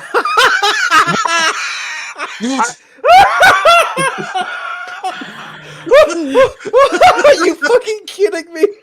I mean, like, we've literally said that every single one of our videos. Oh my god, that's hilarious. Come on, dude. But that's Come the on, real buddy. problem. That's the real problem here. And the Phantom Menace isn't getting it because they're too busy calling people Jar Jar. No, we get it, dude. We get it. We've been calling this shot for a while. Oh man, The So billionaire Jar Jar Abrams can handle it, for one. That's the only person I call Jar Jar. And Rianne Johnson. I still call Kathleen Kennedy by her name. I don't say I hate anybody. I would very much love for Rianne Johnson to go make a Knives Out, like a chronicle of Knives Out. Knives Out Like, too. You can do Knives Out too. yes, I want him to do Knives Out 2 through 99 and stay the fuck away from Star Wars forever. Yeah. Amen. And Jar Jar Abrams can go make an Alias movie or something like that and be great. I mean, people would probably go see it. Just stay out of Star Wars. That's it. That's all. Bring Star Wars people for Star Wars, Star Trek people for Star Trek. The thing is, though, they tried to get them and they won't work. And like, who Not would at this work for- point. They're probably like, fuck it. Who in They the don't hell wanna would touch work it. for Kathleen Kennedy? Like, would anybody work for her now? Probably not.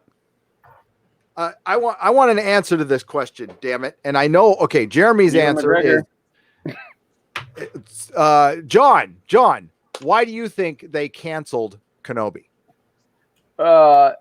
Is it canceled? I hadn't heard that it was canceled. I It's thought canceled. they were just. It's repurposed into a movie, or if it comes back as a series, it's going to be rewritten, which makes it a new show. So they Right. canceled this version of it. So why do you think they did it? I haven't really thought about why they would cancel it. you put him Because on the Kathleen spot, Gabe. Kennedy wants to stick her dick in the mashed potatoes. That's why. I mean, I okay. So I think so.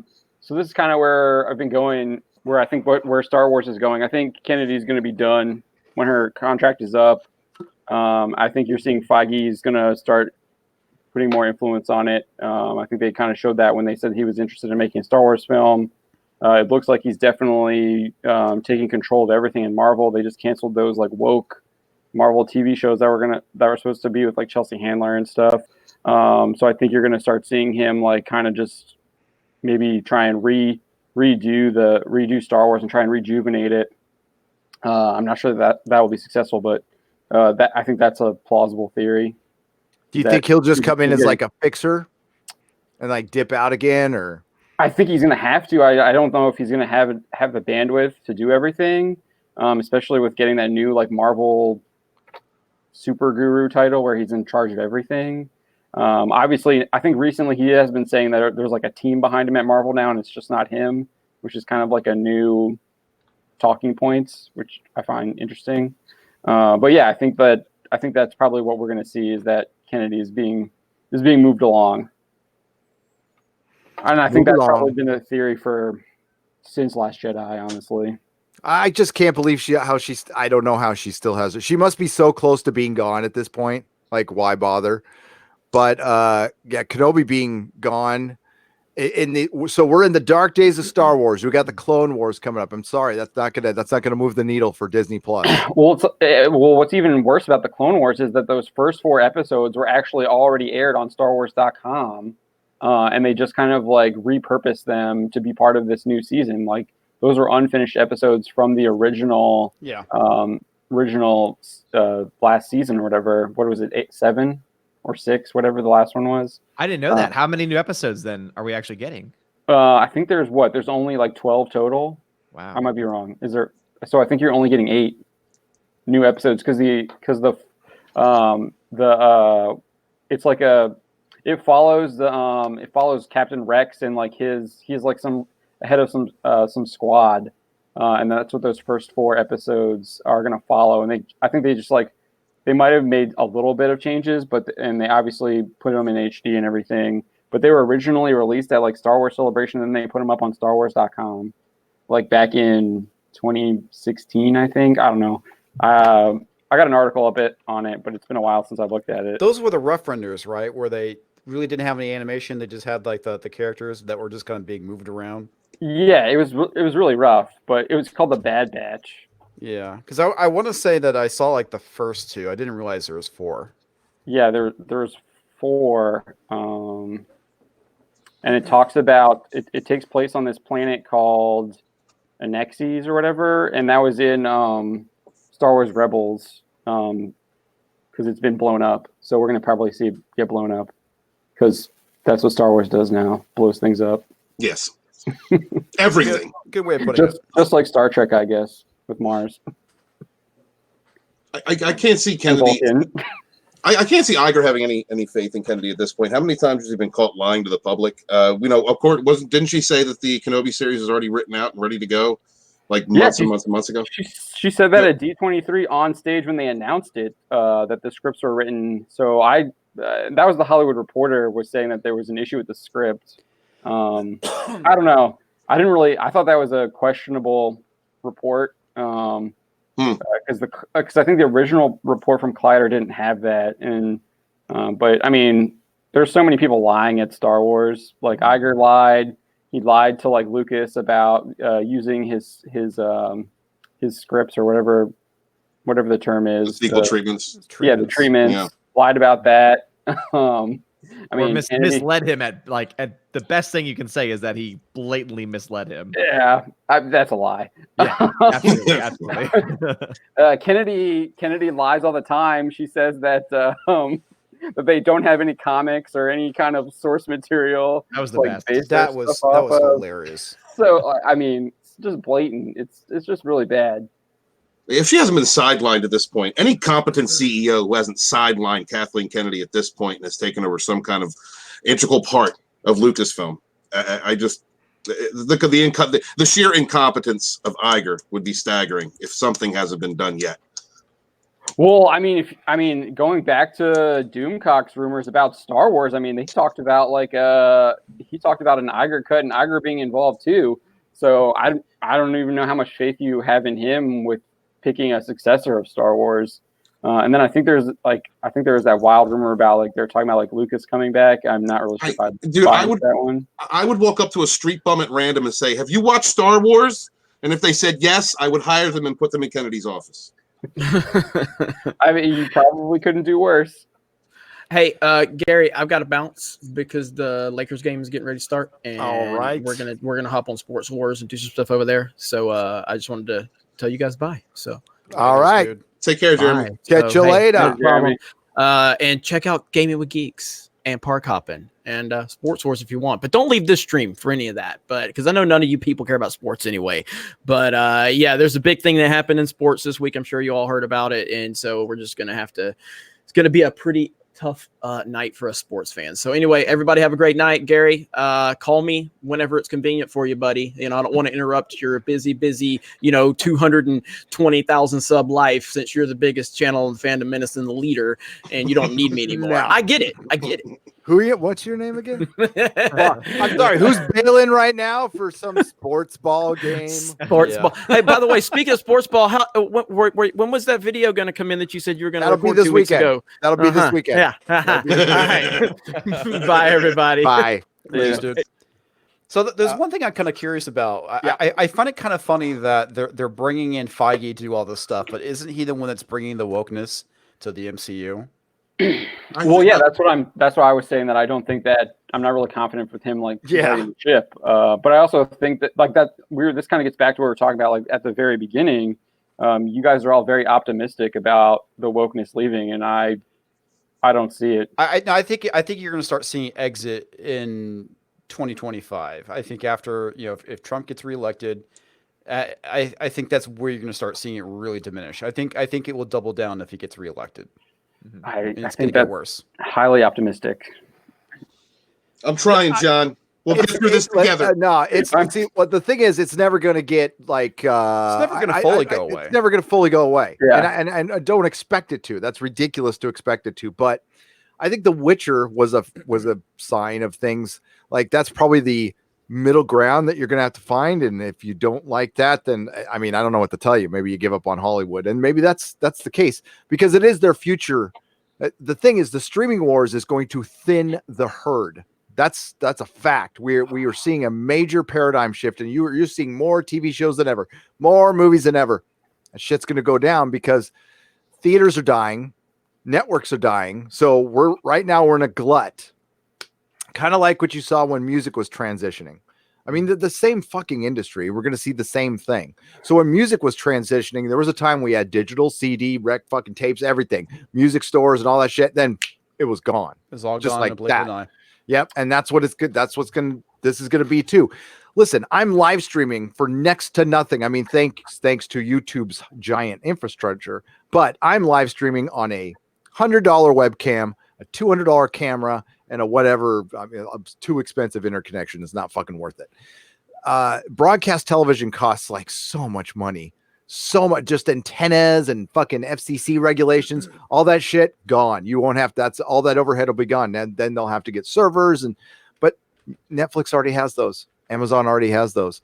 I do want to make a point with The Witcher though. As soon as that was cast, fans were all over that show because they were worried about what was going to happen. So I do think fans play a lot into that, especially when you have like these huge franchises. I think with Lord of the Rings, there's a worry about that, and I think fans have been pretty involved. And I think they obviously had a champion with Christopher Tolkien. I'm kind of worried about right. Well, it's more Shippey. Tom Shippey was working for him, but Christopher Tolkien now gone. So. But I'm kind of worried about what's going to happen with Wheel of Time. But Amazon's has a pretty solid track record, I think. So we'll see. They already they gender swapped a major character in Wheel of Time, didn't they? Yeah, that's what I heard. Yeah, I heard. Yeah. Well, I know it's going to be about following the female now and not the male, basically. Yeah, well, I mean, Moraine is still a pretty prominent character. But now she will be the prominent character. So, I mean, as long as you're okay with that. She was the focus in like this. So if they start with the original, like with this prequel book that Jordan wrote, she was the main character in that book. So like I can see that, but they'd eventually have to like Randall Thor is the main character and Matrim Calthin and Perrin Ibarra. Those are like the three main characters. Obviously you have like there are a bunch of like prominent female characters too. But I do think one thing that is switching to a different franchise, Dune. Yes, someone's asking. Axel Odin is just saying in the comments, Dune. My source tells me that they gender swapped Liet Kynes, and then we got those initial reactions where the sci-fi writers said that the casting of Liet Kynes will be a surprise to people, like pretty much confirming that it's a gender swap. But they delayed that film, and I think they might also I am being a little optimistic here. He and my source thinks that maybe they might recast, reshoot because they're seeing that this stuff is box office anathema. Yeah, that's kind of the big thing too. Is that I think Birds of Prey is going to be the canary in the coal mine, so to speak. If it flops, I mean, I think it's going to be Terminator wasn't already. If it was a surprise with Terminator and then what's Charlie's Angels? Yeah, I think Terminator, Charlie's Angels, and Birds of Prey like flops, and even Men in Black. Can argue that's a good point. No, that's a good point. But it seems like this movie is really going to flop. I mean, at this point, just with all the news buzz around it, and people already throwing around misogyny and all this crap, and then hearing about the ticket sales. I mean, it looks pretty fucking doomed. I looked at my local theater. There's 5 tickets in the front row that have been purchased. None anywhere else, and that's the 6 p.m. showing. Thursday, only 2 screenings. Only 2. Normally there is, I would say, between like 5 and 6, starting at like 6 p.m. Yeah, you're not in a small city. No, I am not. I mean, I'm outside. Every major release has had at least 5 to 6 screenings on a Thursday. Yeah, but not Birds of Prey. And I'll add this is a comic book movie too. Yeah, sorry. Yeah, and I'll add a comic book movie that doesn't even feature any really comic book characters because they all look like I don't even know who the characters are. You can't even recognize them. Yeah, Harley Quinn doesn't even look like Harley Quinn. Yeah, No, she doesn't. Yep. Nope. And just remember why you have all these production companies that are taking our modern mythologies and distorting them and turning them into this crap for their own personal propaganda. There are plenty of independent creators out there, like YouTubers on YouTube, like science fiction writers, myself, comic book artists out there busting their ass to create great content, original content that appreciate you, the fans. So maybe instead of putting your money into these franchises, hoping that they get better, support some independent creators. Yeah, and I was gonna say that in I usually play devil's advocate because I remember there was one movie that was coming out and everyone on the panel that night was saying that there were no tickets being sold there, but there were a lot of tickets being sold at my location. And Chattanooga is not really a hub for movies, but even my location, there's no tickets being sold. And so normally I can say, well, it's selling in some places, it's not selling in other places, but based on the fact that we have a lot of markets being covered in this stream, I don't really see where it's selling all that much. That's because you're toxic, Odin. Oh my gosh, I'm asking an honest question though. You are showing your misogyny. I do find it interesting that I haven't really heard any of that from like Margot Robbie or any of the female actors. It's all coming from like McGregor. Yeah. And there was an article that came out recently. It's from Sky News talking, and it's titled "Margot Robbie wants men to watch female-led movies." Oh well, there you never mind then. Okay, so they would find a way to relate. I know she said the costumes weren't male gazy like a couple months ago, but great. Okay, well, here are the costumes. All right. And then here's what they look like in the comic books for those of you who don't read comic books. And this is a long way from the Birds of Prey I used to sell, which was by Gail Simone, written by a female. And when there was that was before, that was after Chuck then. Hang on, let me get the other one. So basically, they don't even have Barbara Gordon in it. She's like one of the main founding members, and she's not even in the film. Oh, they replaced her with Harley Quinn. So, I mean, tell me if you could see. Did you recognize any of the people from that costume? Do you see Huntress because she's there, or Black Canary because she's there? That's even the new outfits. Those are this is even newer. I know. I didn't want to fucking dig up everything else, dude. I don't recognize them. They don't look like the chicks from the movie. We can go Brightest Day, but that's older, but that's still around my era. That's when I was at Venice. It still looks, there's Hawk and Dove, but no, we can go way back to when it first started. But just you wait till what they do to Zatanna in that Justice League Dark movie with Jar Jar. Ugh. Good Lord. I am going to support Black Mask, and I'm going to do it in cosplay, and that's what I'm wearing. I'm going to support Gay Mask. Dude, they're gonna take you away just like that. Those police officers were taking that guy. You're gonna become a viral meme for a day. There we go. So the Birds of Prey started out a long time ago. It got it's been around. It's been good. It never sold a lot. It's something that plays very hard to it's a niche within a niche, folks. So DC, it plays only to DC fans. It wasn't what I called a crossover book, which means it sold to all comic book fans. Usually it was just DC people who bought it. It even had a show in the 90s too. It did. I think it was it was one. One or two. I know it was short-lived. Yeah. I don't think it was a full season. What you're saying is the Harley Quinn and Suicide Squad is a decent depiction of Harley Quinn, and the Harley Quinn we're going to get Birds of Prey is like the period time version, the period underwear get up version. Yeah, I mean, and the Harley Quinn you got was like New 52 Harley Quinn, so it's still not even close to the fucking real Harley Quinn, which you got to see for like a second in the movie. I know. And their excuse was, the costume it's going to look terrible. It's like, dude, I've seen a lot of women who've cosplayed as the classic Harley Quinn, and it looks fantastic. Look great, absolutely. It looks great. Oh yeah, you just have to do it right. And that's the thing. Hollywood doesn't want to do it right. Right director, right writers. Like you have to have all of those pieces. Exactly. You need to have all those things in place and it'll work. It'll sell because guess what? Comic book fans still like to go see these movies. They like to see these characters brought onto the screen. Absolutely. But for how long? That's the big question. For how long, if they're going to keep doing this kind of crap to their characters. Well, they need to get people working on these productions that like the characters. That might help. As long as you have people that are just this agenda shit, this agenda that we didn't know about. Sorry, Anti-Trekker, we didn't understand about that before. But, but now that we know, maybe we understand why everything's being so awful. As long as these people are pushing identity politics and this woke nonsense, we're going to keep getting the destruction of lots of these characters that we've loved for so long, and eventually they're just going to lose so much money that it's not going to be profitable anymore.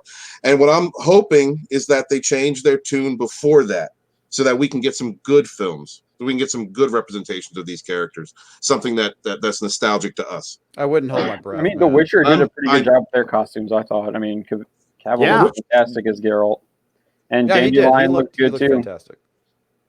Yeah, Dandelion looked good too. So I had never seen The Witcher before watching, or played a game or read a book before watching that series, and I really liked it, and it made me interested in that universe and those games.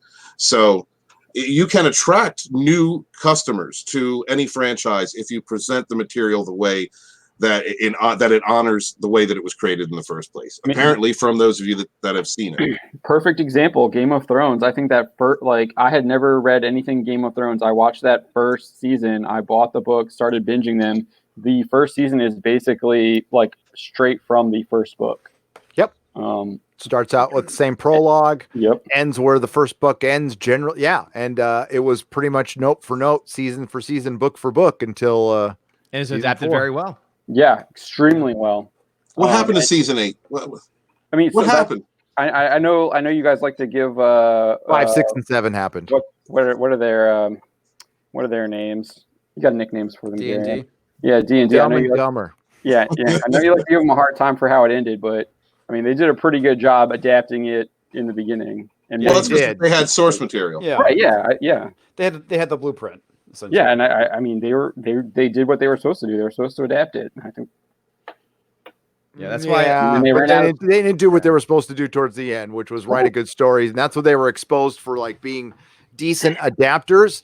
But as time has gone on, John, I don't know if you've watched the videos or read like what they just gave a Q&A, which was the most ill-advised Q&A in Texas recently, where they came out and admitted, we didn't know what we were doing. Basically, HBO put their best people on that show.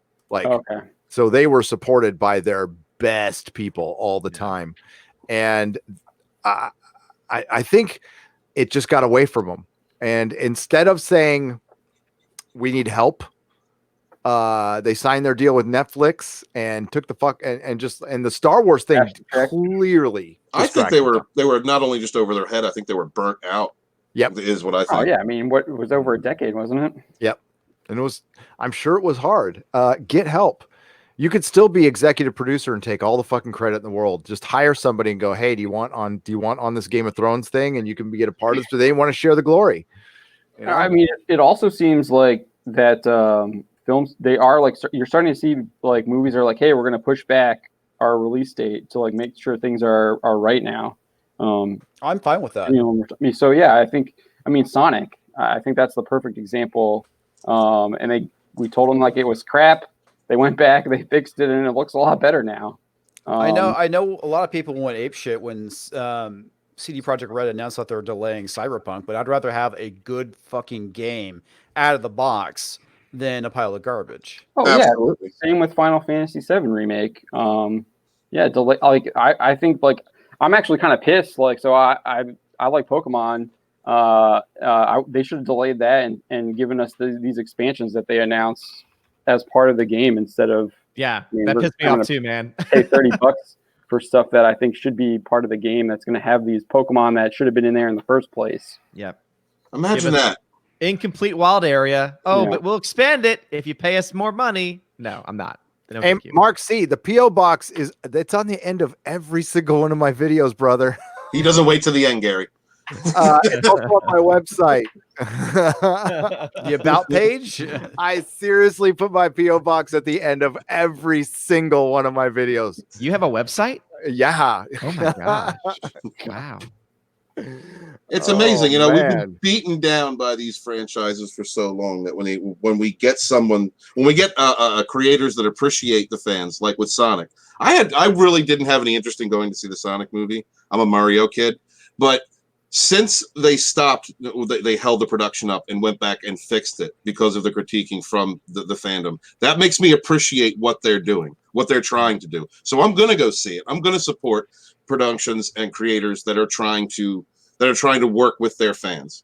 And I think that should be supported and respected. So yeah, and we were talking about this early before the stream. That movie is already about a 3% up from last week's projections. It's set to make around $34 million opening weekend, total of $118.5 million for the entire domestic run, which, to be honest, is a lot better than I thought it was going to be. I mean, it's almost high. It almost has a higher projection than Birds of Prey. Yep. I was about to ask if you guys thought it was going to beat Birds of Prey at this point. Now, here's the thing, though, is that you could potentially see, now this would be amazing, Sonic the Hedgehog, not rated R, means it can play in more markets, more countries. So if Sonic the Hedgehog becomes an international success, you could see Sonic the Hedgehog technically make more than Birds of Prey. Well, let's hope this is one of Jim Carrey's knockout performances. Oh, gosh, yeah. he does not look good as Eggman. No, he does not. He's also, what's interesting is he's actually coming out and trying to walk back some of his past political comments because he isn't a huge release now. We got a major troll. Hang on. Really interesting. Yeah, we're taking care of it. Yeah. Is it like multiple people? It looks like they've all been hit by a bunch of bots, and what you do is every time you take it down, it pops it back up again. It takes a second to cycle out. So, yeah. Oh wow. Yeah, nasty stuff, man. That is nasty. But, yeah. But we're toxic. Yeah. Don't like I'm not a fan of the N word. Just really not. I think it's foul. I think it's nasty and uncivilized. But you're a racist, remember? Don't forget. Oh, I know. Yeah. The person who said that actually said that N-word on the internet loud on their YouTube channel. You talking about me? The one who accused me of being a racist actually used the word multiple times in a video. I would never do that. That's funny. It was comedy. Yeah. It was comedy. Was it Dave Chappelle talking to the Comedy Central censor? Maybe yes. that actually was comedy. God bless Dave Chappelle. Fucking love that man. I do. The world would be a crappy place without him. Mr. Scott J87 and yes, Thumbelina. Damn it, Jim. I'm a doctor, not a liver cleanser. Remember we went to the doc. I'm out of ideas. I think the liver cleanser might be some temporary relief, says Mr. Scott J87. Yeah, I keep forgetting to get that name, but I'll get it. Liver cleanser Drano?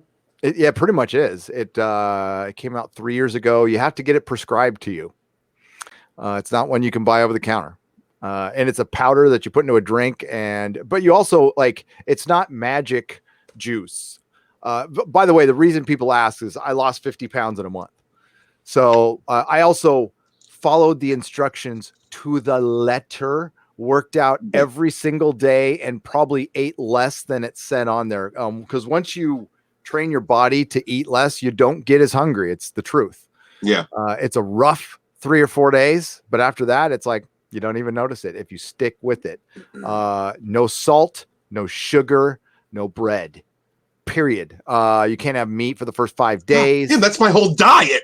Yeah. So Scottish Nerd, thank you very much. Mr. Scott J87, thank you very much for the $5. Riff Magos is a new member at the Jaloja level. And Mr. T, $2. God damn, that fucking There's trolls. Hey, you know you've made it. Riff Magos is I'm sorry. Riff Magos is awesome. But their time doing you in the chat, you're sad. I really feel bad for you. I think it's a bot, so I don't know. Well, someone set it up though. Yeah. That's okay. I mean, it's not going to hurt anything other than it'll bore us for a little while. But Triple Tail McKitty for $2. The Vogons did nothing wrong, Gary. No, they were just bureaucratic. You're right. They're not evil. They're just terribly, terribly bureaucratic. But maybe we need them at this point in time. The Zardoz for $10. The spice must flow. Keep strong. Dune, guys. I love Dune. I do. I want Dune to be a monster hit. I want it to be a hit for everybody. And there's so much lore to pull from too. That is such an expansive universe. I mean, I want that done right. It has to be done right. Where are the mods? Dude, literally, we're literally, these are new accounts like every 5 So seconds. I think what's happening is like every time you pluck it, it does. If I had time, I'd go hit up YouTube right now because I can't hit them up for a chat. But Dear Lord, they should be noticing this stuff, YouTube, because I know you're watching. yeah, because believe me, if I put the wrong thing in the chat, YouTube will fucking shut this thing down. Yeah. So maybe we should get their attention. I don't know. Maybe I should pull up something that's copyright, and maybe they'll notice then. Maybe I should. Is there some live TV I can put on the live stream? That'll get their fucking attention. That'll just basically cancel the stream. Yeah. Yeah. So I want Dune to do well. I really do. I don't know if it's going to sell to the general public. Especially with who's the director from Blade Runner 2049? Denis Villeneuve. I think he's really talented. I think he's super niche. I think there's like a certain group of people who love him. And hey, Odin. Hi. Yes, I'm one of them. So, but you're like a cinephile too. You're like a cinephile. You're not. We're talking normies. I'm like, I'll probably like the movie. Just saying. I just don't think it's going to sell to normies like Game of Thrones and Lord of the Rings because it doesn't have the same type of story. It's really deep and thick and it's awesome, but it's like level 15 sci-fi. It's for uber nerds. It's a uber nerd thing, and especially when you get into his son becoming a worm. Yeah. Yes. Yeah. I've never seen Dune, so this is all new to me. I think if they're going to have to do stuff to it, basically they're going to have to do stuff to it that the hardcore fans are going to hate. Yeah, they're going to have to slow it down. Really is what they're going to have to do. And I think it's going to be if it's done correctly, like if the hardcore fans can understand that, in order to sustain the franchise, they have to make some alterations. And they have the right people doing it. Then I think it'll be all right. I think it'll be okay. But, I think Gary's right. I don't think the normies will understand the depth of the universe. You'd have to read a book. There are a lot of characters, and I think that could be overwhelming. Mm-hmm. But, from what I've seen, I think it's very similar to the 80s film, story-wise, which obviously they're adapted from the same book, so that would make sense. But I think I think there is something about the fight between the Harkonnens and Atreides which can attract people. It has a little bit of that Game of Thrones politicking that could help, and people being exposed to Game of Thrones could already, and The Witcher could help it. Whereas, like maybe in the 80s, those fantasy and sci-fi genres were definitely not mainstream like they are now. And hang on, you know also, what? Chat. We are doing just so you know, because I don't know if you can see the same thing we are. Literally, we are timing them out and also hiding them from the channel completely. But every time we do, a new one pops up. So a new one pops up. So I don't know if it's better to just leave it go. I think if everybody hit F in the chat for a little while, and just like everybody who's out there, who participates or not, hit F. See what happens. I see a bunch of people. I'm gonna keep going. I can fucking talk through fucking anything. I'm sorry out there. It'll go away eventually. They'll get bored. Yeah. But see, it'll probably tell me not to after a while. There we go. Yeah. I can just sit here and do this all fucking day. Oh my God, the chat.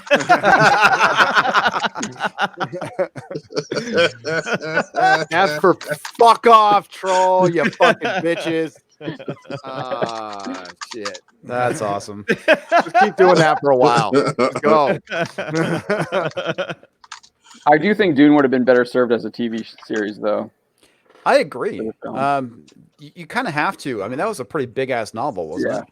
Well, especially if you want to do stuff afterwards as well. Like if you want to do 4 or 5 books that he did after the first one. What Children of Dune, Messiah, and stuff like that. Heretic. You guys are awesome. Look at that. You can put fuck. I don't care. That's good too. Man, Quarter Black Garrett's definitely Quarter Black is killing it, dude. I know. He got Hey, shut Quarter down, man. Black, you need a link, bro? Quarter Black needs a link. Hang on, I'm gonna send you a link. Keep typing F while you're doing it, though. I mean, don't you know? If you want to keep going, I can send him the link. Yeah, send him the link, would you? Thanks, Comics. You're a good man. No worries, man. So yeah, I want Dune to be good. I just think this is one of those situations where you kind of have to appease the normies. So Dune fans, you might want to just like be prepared for that and just be thankful you're going to get what you're going to get. Because I do think the cast is fucking awesome. That has me interested more than the damn director does. Because I think the director's slow and prodding, beautiful, but I don't know. But maybe he's perfect for Dune, and that'll win me over. And awesome, because we need some good fucking sci-fi right now, and that'd be great. Poor Christy, she's just like, OMG, my OCD. That is great. I fucking love it. That is brilliant.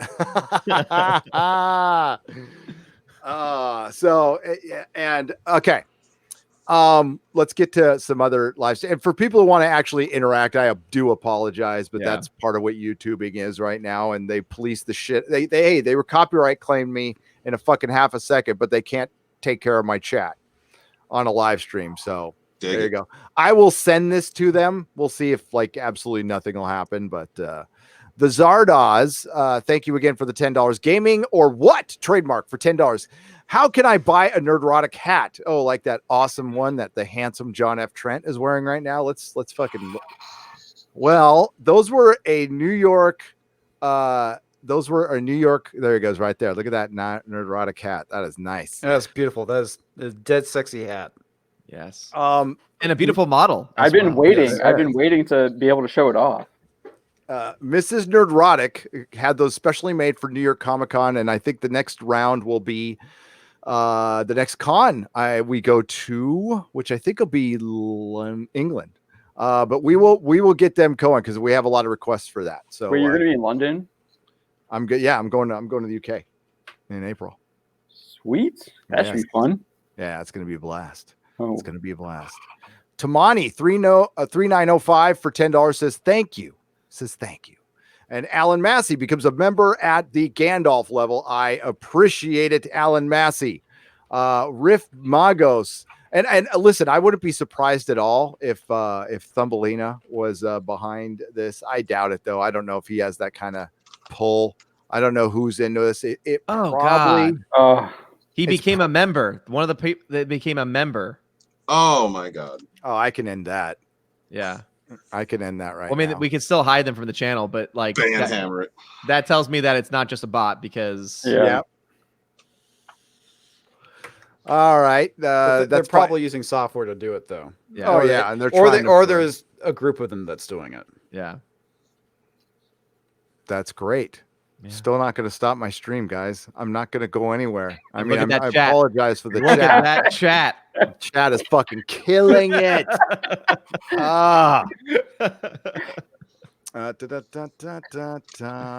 Okay.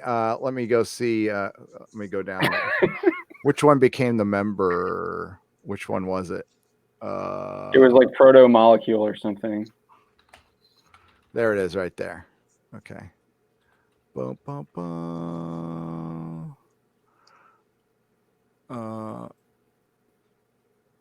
Yeah, he's gone. With a lot of the other ones. Hey, thanks for the money you're gonna have to give me this month, though. I appreciate it. Sucker. Did he enter at the Jaloja level? Well, he's gonna have to give him some kind of payment information, so now YouTube will be able to get track that. him. So yeah. Mm-hmm. Sam, a Riff Magos for five Australian $5. Gary, the Grandpa Simpson of the Fandom Menace. Matlock. Matlock. Screaming at potholes. Yes. Alan Massey, welcome to the Gandalf level. I greatly appreciate it. And the chat is still going. Yeah, we can go to U now. So if you go to F to U, to C to K, and then like, yeah, let's go for another minute, and then we can, cycle through it. Just cycle but- through it. yeah, we'll see what's going on. Sam, you rye for $5. The line by JLP about not caring for the or for Jean-Luc Picard for not caring of sci-fi and classics was veiled animosity towards Gene's vision. I feel it's central to the future, to their future, the future. Sam, I totally noticed that. I was like, holy shit. It's like, are they basically digging on Trek fans and Trek in general? Because I know that Picard was big on the classics, but that seemed like a very veiled dig. It was an ill-timed. I think it was supposed to be a joke because Sir Patrick Stewart mentioned in his interview that he wasn't into sci-fi, but this turned into his biggest thing.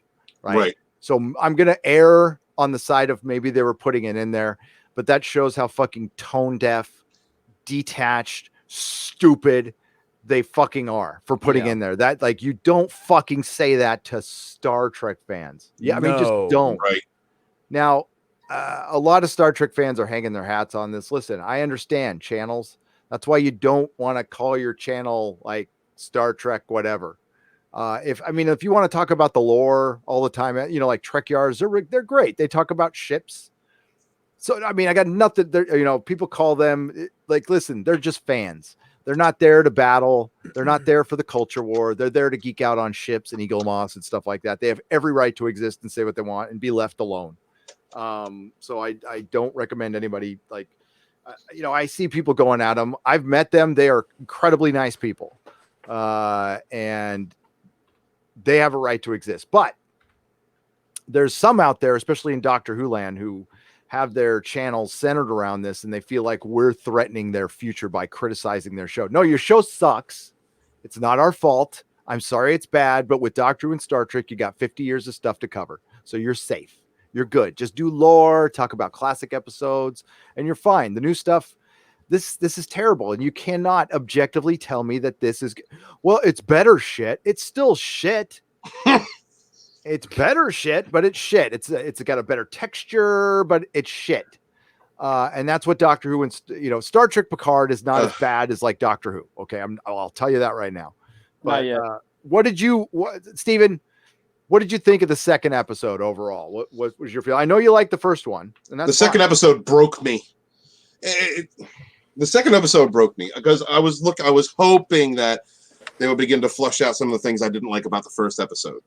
I was holding out hope, but just the complete disregard for canon was just compounded in this episode.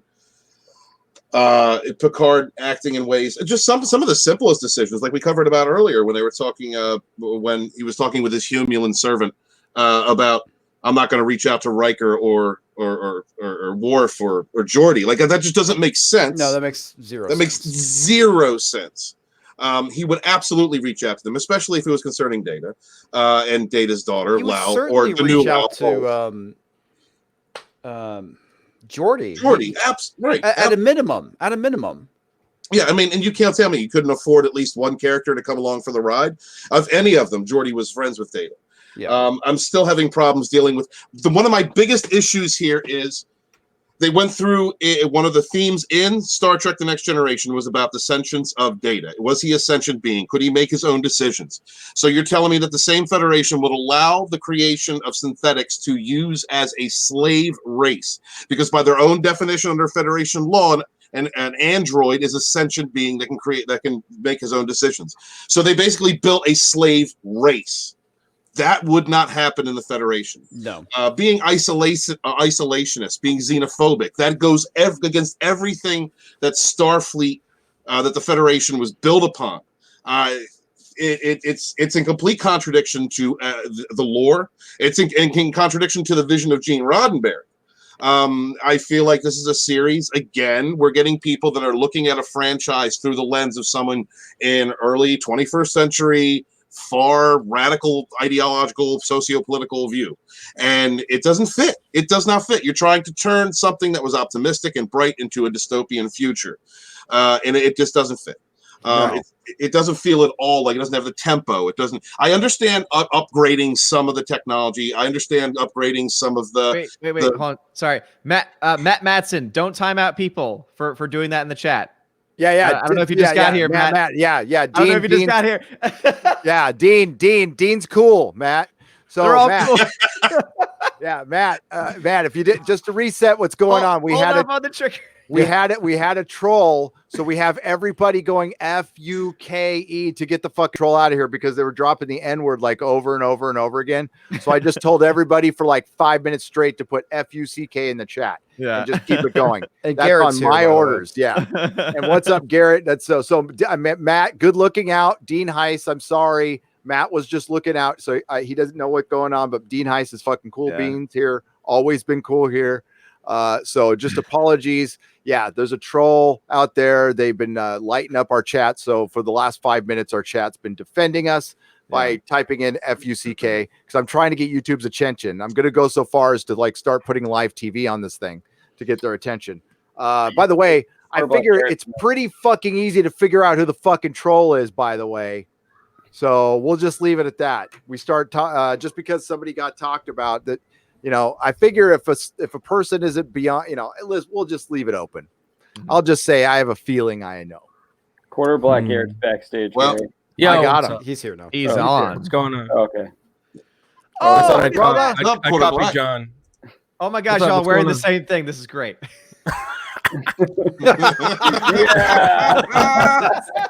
Well played, sir. Well played. You got to represent. You know what I'm right.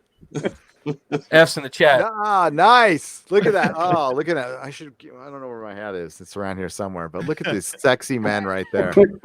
That is some Got the fucking pin too. You know. Man. awesome. Well, way to represent. And what's up, Stephanie B? How's it going? You guys are awesome. Keep it going. Quarter Black, what's going on in your life, bud? Not much, you know. Coming, doing the show, still having fun and all that stuff, you know. Pretty chill. You guys Not much still going on the platform. I'm kind of surprised, to be honest. with you. Surprisingly. Yeah. Yeah, after this month. Yeah, there- did you see the change my mind we just did? Yeah, Or the, that's why I said I'm still surprised you're on the platform. Yeah, the dysphorian. Whoa. Man, Damn. I got hit by that plastic Tupperware. Yes. Steven didn't mention it, but I was right behind that like newsstand, and I watched the person walk up and look me directly in the eyes, and just F you, tossed it. It was pretty. It was wacky, and then tiptoe away, like the little clip clop feet. That was for real. That was really what that person sounded like running away. It was That's hilarious. so good. Should we freeze him? He's frozen right now. Yeah, you're frozen. We got. Yeah, I'm we having a got- bad connection. I don't know. We what's got going on. 8-Bit Garrett. Hey, I like that you guys led the parade for a little while, though. That was Yeah, that was that fun. was fucking awesome, man. So that was, was pretty great. I have to go and check this out now. Oh, Dee-dee-dee-dee-dee. sorry. Here, I'll Hey. I'll cut the cam. I know. No, it's all good. It's all good. Whatever you want to do. We can have I don't 8-Bit want to get Garrett. memed. I have to answer. It's my mom. Tell mom Hi, I said Mom. hello. Mom. Hi, mom. Make sure to Mom, leave the I'm mic live hot so we streaming, can listen. mom. 200 Mom, watts, the meatloaf. 200 watt studio for I'm $2. live streaming, mom. Did John Trent update his soup can phone yet? John, that's from 200 Watt Studio. I don't actually Oh. use a phone to record my videos. I just had the camera out of focus, and I was having issues figuring it out. 'cause I'm technologically illiterate, so I brought it home, and my wife is a photographer, and she's got it figured out now. So she puts me in focus. The issue was I was turning the camera on, and then I would have it focused, but then when I would come in, it wouldn't auto adjust to me, so it would just be focused on the background and not me, and I'd be out of focus because it was just me trying to Yeah, do don't it. you hate that?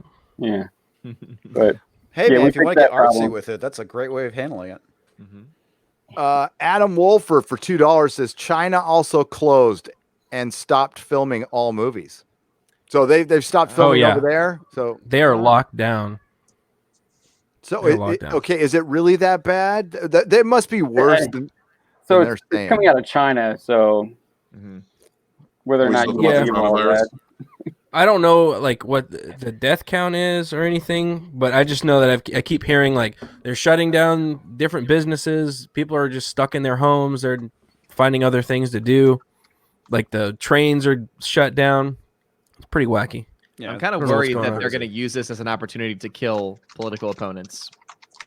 Oh, like everything's shut down. There's nobody. Yep. Nobody monitoring. So Yep. Yeah. Exactly. not a good Prediction- situation. No, it's not. Predictions: if Star Trek Picard fails, no STD season 3, says Sam U. Ray for $2. I think we'll still get season 3, but if Star Trek Picard is a true failure, the only way you'll know is there will be no more Star Trek after Star Trek Discovery season 3. That's when you'll know. Yeah. I think that's a pretty fair statement. And then we can all pray for Seth MacFarlane to buy it, Yes. Yeah. and then we'll get real Trek. Yeah. I heard that he was trying, right? That's the rumor. There's a It's rumor. not yeah. true. It's not true. What's the It's rumor? not true. Oh, okay. Bummer. True. That sucks. I wish. I fucking wish. I think people put 2 and 2 because NBC Star Trek used to be at NBC and stuff, but That would be amazing. Well, Seth also. I mean, the Orville is great, and it's the only. It's a Trek. great standalone. It's Star Trek, the Star Trek that we haven't gotten, but we deserve. Yep. Yes. They're not going to use the 4 mentioned characters because they don't know Trek, so they probably don't know who Geordi is in the first place. Well, they were gonna. Bird of Prey made a very good point today. So there was a comic book called Countdown. It was a prequel, and it was centered around Geordi, and it got delayed. So this comic book was required reading prior to you watching the show, and the last issue for Picard, and the last issue got delayed because he suspected they were going to kill Geordi, and they changed it. And I agree with him on that one. I mean, it could have been That would have been cliffhanger, too. terrible. Yes. I mean, seriously, then we riot. I mean, it's bad enough that Picard is garbage, but that would probably make me fucking riot. One of the leaks. Sorry, plug ears if you don't want to hear it. One of the leaks. 5, 4, 3, 2, 1. Crusher is dead off screen. Yeah. Oh, What? Are you serious? Yeah. Yep. No. That's another thing too that I didn't think about until I saw it in the leaks. Was like, What the why hell? didn't him and Crusher hook up? Why is he by Right. himself? They're going to Star Wars this thing and not give us the original cast back together for at least one Jeez. outing Yeah. before they just start whacking them. Man. That's awful. Yeah, apparently they come to a mutual What agreement the that they're not right for each other. Yes. Something like that. Yeah. Yeah. That's so dumb. Garbage. Yeah. That is garbage. But we're getting Guinan back. Yay! That's what I wanted. Is, overly Yeah. political Whoopi Goldberg. No, right. Well, I Right. like Guinan, but I don't like Whoopi Goldberg. I so- like Guinan too. Guinan is a great character. Yeah. But I you like know, Guinan too. we're going to be getting. Yeah, we're not going to Whoopi get Goldberg. Guinan. Yeah. We're going to get Whoopi Goldberg pretending to be Guinan, and she's just going to put all of her wokeness, all in there. It's going to be so visible. It's going to hurt. Do you think Yeah. she'll be on a show on the CBS? The Alex Kurtzman Trek TV, because they have TV now in Star Trek. Like news shows. Do you think they're going to have like a View with Guinan on it? Guinan, all- yes. it's all you with meta. Guinan. Guinan and Q could be on the View. Right. There you go. It would be called the Q. The Q. The Q. Yeah. Alan Massey for $2 says Star Trek depends. I mean, they're not wrong. I watched that first episode and I thought he was going to fall over. I Like every think I single shit shot. myself, Romulan helpers. Right. It's sad. Fetch me a fresh pair of underwear. Oh boy. Jolton Burrow. Among real Trek captains, I have to rank Janeway as excellent. Felt like a true captain while not being butch and not being demeaning to men to make her good. No, she was great. The writing didn't do. I don't know. I don't hate Voyager as much as everybody else does. Maybe I'm the big dummy here. I don't man. mind Voyager. I'm with you. I think Voyager did have good episodes. I know that somebody mentioned the Year of Hell episodes on the other stream, but overall, as like it seems like it had pockets of good surrounded by a bunch of crap. That's true. I wasn't too much into the Kess years, and that I didn't really like the format of the show where they would start out in the middle of an episode. You know, they would start out in the middle of a crisis. Yeah. I mean, some people liked it, and that's fine. I mean, I liked a lot of the characters. I like Chakotay. You know, I like Balana. There's characters that it had a lot of really good characters. That's my girl right there. Yeah, 7 of 9 was a really good addition to the I cast like because 7 of 9. Yeah. Hey, I always found her character to be very interesting because she was like the, you know, kind of the Spock or Data equivalent, you know, for Voyager with TNA. Yeah, with TNA. Yeah. Like me some Trek TNA. I feel bad, man, because she got called Barbie Borg for like the longest time. She did. No, she was great. Her acting was rigid. Jerry the character was great. Yes, Jerry Ryan is a great actress. I loved her in that show. And you're right. There was a lot of episodes that were like, they were kind of filler. But there were quite a few good stories, and that cast really worked well together. You know, I didn't feel any tension from them when they were acting, but there were times where it felt like they were being run into the ground. Mm-hmm. You know, just out of energy. Yeah. You know, there was so many damn episodes in a season. They were working constantly. But no, DS9's my favorite. Cisco's my favorite captain. Same here, dude. I love DS9. I like Cisco a lot. I love Cisco once he became Captain Hawk.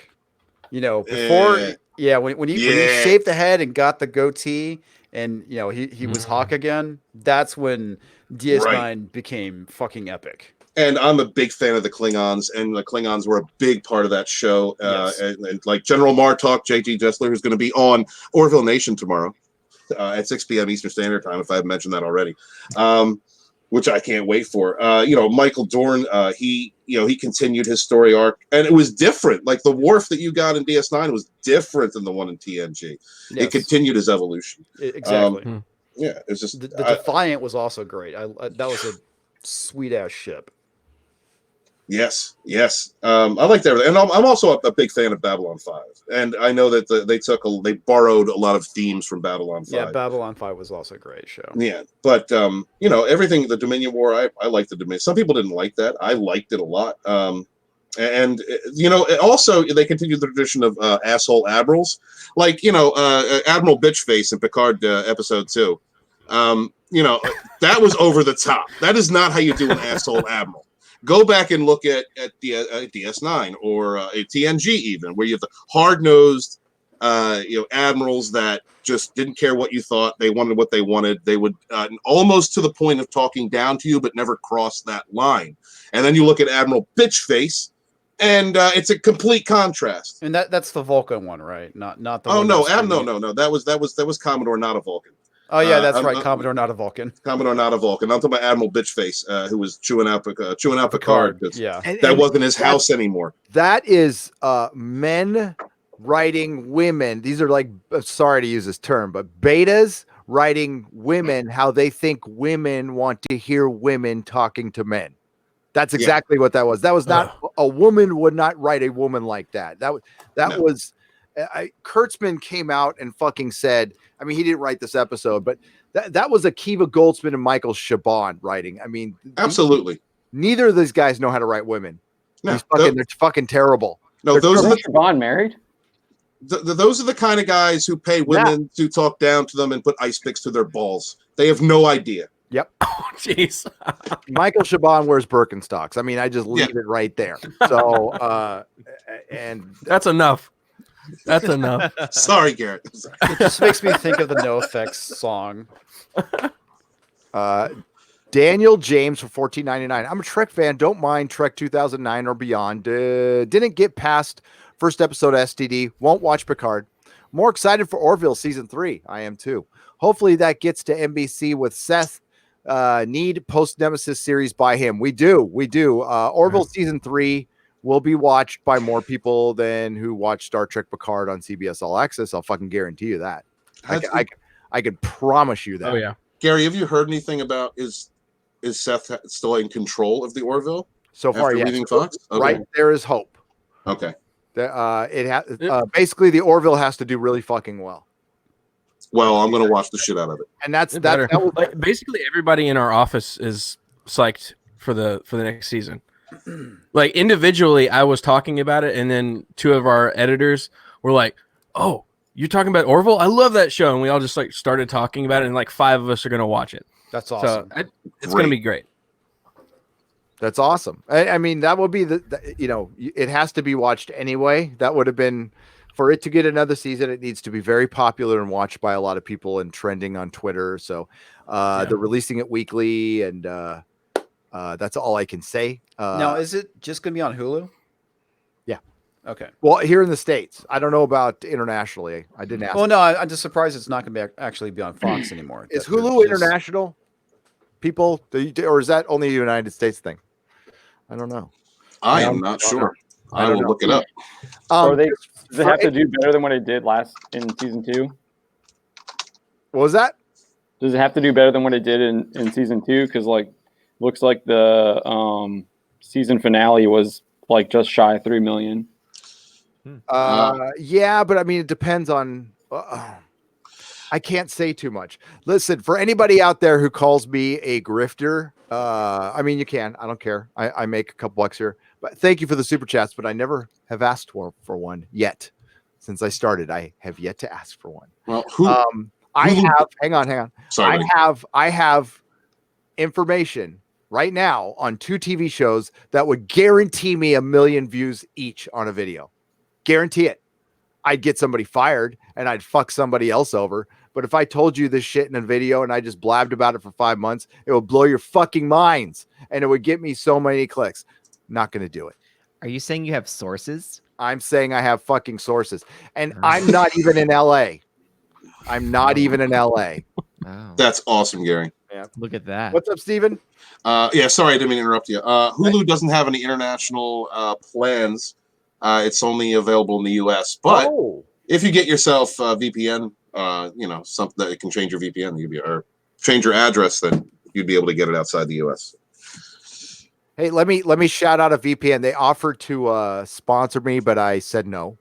But Midnight's Edge uses them, and I used them, and Surfshark. And the reason I wasn't doing any sponsors, I'm afraid like one of them will come along and be like something that, like, I don't know, hijacks a channel or some shit like that. Yeah. I'm super paranoid, so that's why I'm not taking sponsors. But so I used Surfshark, and it really worked very well, I have to say. So I use ExpressVPN and it works pretty well. There you go. Yeah, we're getting ExpressVPN. We got a sponsorship. Nice. So we're going to start using that. I'm excited. Is that how you watch your porn, Odin? Hey. He's a good Christian man.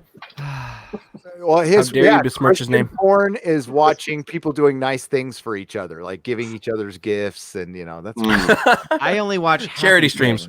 Charity exactly. streams, yeah. I watch charity streams and happy things, which can't be allowed on television. So Eucharistic adoration. Exactly, 24 hours a day. My porn is watching spaceships go by. Literally, one of my tabs right now is adoration. So yeah. That's awesome, man. Yeah. Oh, that's awesome. Staying consistent. That's all we ask for is consistency. Consistency of argument. Star Trek DS9 is the best Trek. Changed my mind, says Stargate 404. I won't, because right now, other than original series, that's my favorite as well. UPS man for $5. Night shifts are better listening to Friday Night Tights. Running trailers up and down the interstate, and yes, my trailers are all above average. Nice. Well played, sir. Well played. Well played. Yeah. God damn it. I wish. Be quiet, Gary. I'm gonna be quiet. Good. Lonnie Holcomb for $5. They're not using the aforementioned. I already read that one. Sam Ray read that one. Modalicious Condor Man has stronger fan base than the sequel trilogy. Right now, that's hilarious. I love that show as a kid. The sequel trilogy's fan base it is pretty much people who don't like its critics. That's the fan base. That's how it exists. Other than that, it's normies who watched the movie and thought it was okay and walked away and never thought about it again. Yeah. They're like hipsters. Yeah. Like, ironically, fans of Star Wars. It pisses me off. They're really not. They just Star Wars got hot, and you know this, and they want to get attached to it. That's why they liked The Last Jedi, because they weren't around for Star Wars. That Luke Skywalker didn't mean the same thing, and that's fine. That's great. And you know, my comment to before is like, you can't figure out fandom pie charts, and you just, it's by feel. You have to have a gut feeling about fandom. That's the only way you can figure it out, and that's through immersion, actually getting into this stuff and actually being a fan. If you're just going to come in and dip out, it's never going to work for you. Sorry. Riff Magos for Australian $5, a swig of perfectly made coffee for the working man. There you go. Well, it's empty now, but I was drinking it earlier. Modalicious for $2. Did you see Bill Whittle's vid on Unmaking Luke? I did not. He usually makes some pretty good content. I like Bill Whittle. I think I've seen him before. Yeah. I don't even know. Yeah. I watch all you guys. Yeah. He's a political channel, but he does some pop culture stuff too sometimes, and he has pretty good takes. Okay. TLJ Russian bot for $9.99. Holy Moses, Gary! This thumbnail eclipsed the Sheev Palpatine family photo. Brilliant. I can't take responsibility for this. No. Thank you. I'm sorry you gave me $10. Somebody put that was Douglas Nilsson, maybe. So good. This was shot to me while I was at San Diego Comic-Con. And yeah, I got to give the credit. I'll give proper credit. I basically had no time because I was on a live stream with Critical Drinker earlier today. So, because I couldn't say no to him, I just couldn't. Darkstar 76 for $5. Hail, Gary and panel. Damn blasphemy to mention the masterpiece Lord of the Rings in the same breath as the fall of a franchise. You damn right. You want to get me triggered? Just start comparing Star Wars to Lord of the Rings, please. Ugh. Please, not even in the same universe. Yeah, that's different categories. Come on. Yeah. So, I mean, if you want to talk about like where George got all his ideas from, yes, he did get them all from Lord of the Rings. Palpatine was Sauron. Darth Vader was Saruman. Luke Skywalker was a combination between fucking Frodo and Aragorn. Yeah, sure, certainly. Cardinal Sin for $2. Gary, say heteronormative, please. Heteronormative. Heteronormative. That's like one of the stupidest words to ever be invented. Heteronormative. What the hell is that word? What? It means straight. Yes. Things are It means It straight. means normal people. I'm sorry. Normal people. Yeah. Sorry. It's in the word. What? Heteronormative. Norm. I'm So so I hate to tired break of- it to you, but the majority of the people out there are hetero. Just saying, man. Hey, you're in a niche market. I'm sorry. It doesn't make you any better or worse or anybody. It's just a niche market. Okay, that's it. Yeah, they're gonna make the thing for the people. I mean, you know, if you, I don't know. Listen, I'm a recovering alcoholic. There's fucking people drinking everywhere. I don't bitch about it. I just deal with it. You know, no, change the world for me because no. Hey guys, a bit off subject, but have you guys ever heard of an anime called Trigun? Yes, I love it. No, yeah. About a gunslinger who refuses to kill on a desert planet on a desert planet. If not, check it out. I own all the DVDs. Why does he a gunslinger? Why does he sling a gun but refuses to kill? What did he name? It's because he's for love and peace. Then why did he learn Who's how got to guns? shoot a gun? It's a long story, man. It's So been a like while a since I've self-defense watched it. I don't remember exactly. The main thing is he will use it to like disarm, but a lot of it's a good story. Let's put it that way. It's called Trigun. Yeah. Yeah. Okay. John Smith for $4.99. Would any of you recommend Buffy? Friends think it'll help me get over my Doctor Who trauma. Yeah, John, I have been a long supporter. It's one of my favorite all-time TV shows. Was never a fan of it. And then at the right time, watch Angel, Yep. because that's also a good show. Yep. Actually, I liked Angel more than Buffy. Yeah. It's not for everyone. It's definitely not for everyone, but I also was a big fan of Buffy. So much so that the little puppy that you see behind me, her name is Willow for a reason. Ah. Oh. There you go. There you go. Oh. Mm-hmm. I thought it was after a midget. This is my other dog, Mad Mortigan. I am a fan as well. Yes. Oh, nice. I love the early Buffy episodes because the the production quality is really bad. It is. But like it's one of those things where you're amazed because the writing is so good, but the production quality is not.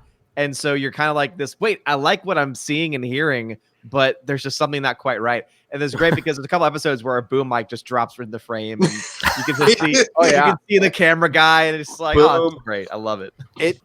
I mean, it's going to take a miracle for it to get remastered. I don't think it ever will. So, just go ahead.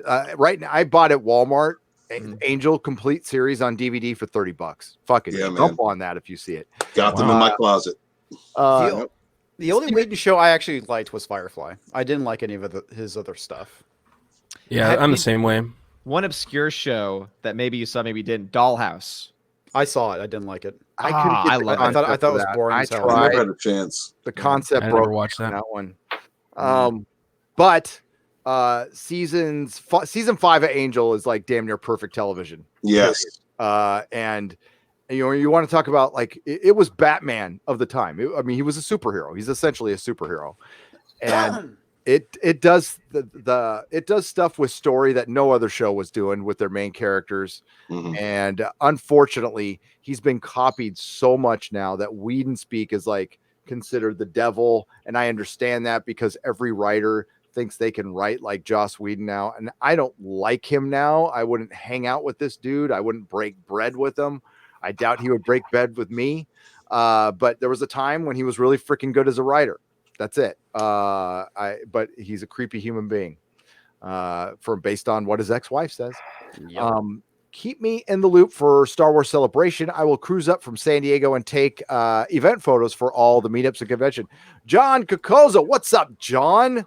Met you in San Diego. Yeah, it's at Star Wars Celebration.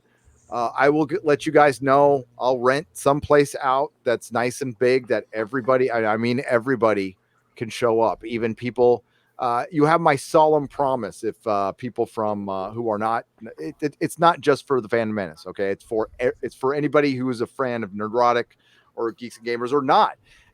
Nothing will happen. It will be a place of peace. It will be a place of unity. We will just be fans. That's it. So nobody has to worry about anything. I wouldn't put up with that shit for 1 second. And if you want to come and have a conversation, then you are more. I'll buy you coffee. Okay, you're more than welcome. I don't want people to think they're not, or be scared or anything, because listen. I'm 50. I'm not gonna play that shit. Okay, I don't get in fights. I'm not in high school. David Allen for $20. Hey Gary. Just saying hello and thank you for all the hard work you do making this channel happen. I listen to you at work and makes my days. Oh, wow. Makes my days doing commercial airline maintenance a breeze and fly by. So thank you sincerely, David. Thank you for the $20. I appreciate you maintaining our airlines and keeping everybody safe. And hopefully none of my shows will ever distract you because I am scared to death flying. No, David, thank you so much. That's brilliant. Finding out what you guys do. It's weird, man. Levi Ferris for $4.99. Can you help send some people to give Darth Barbie 100 likes? She gave my fiance a shout out and I want to repay her. That's awesome. 100 likes on what? She's live streaming right now. She's at 88 likes. Oh, well, that's easy. Heading over. I guess you could. George B.D. Lucas for $2. Wow, Jeremy, you found my ex-mom-in-law. Ooh. I don't know what that's referring to.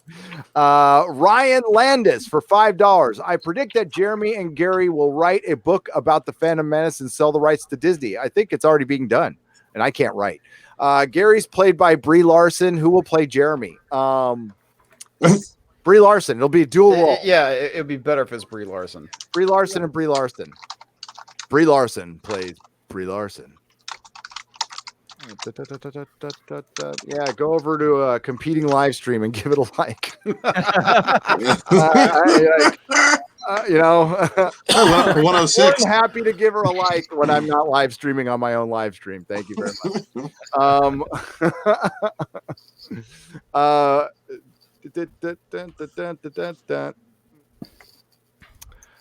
Hey guys. Oh wait, I already read that one. Thank you, David Allen. Thank you, Levi, George, biggest Dickus Lucas. I love that again. Bad Batch was Bad Batch was all recorded and sound and music, but not animated, just animatics. Bad Batch. What's Bad Batch? That's the Clone Wars that we were talking about earlier. Yeah. Oh, the Bad Batch. Okay. Yeah, that's the first 4 episodes. For £5. Speaking of which, Ryan Cannell went over this. What did you guys think of that footage from Star Wars Underworld? Did you see it?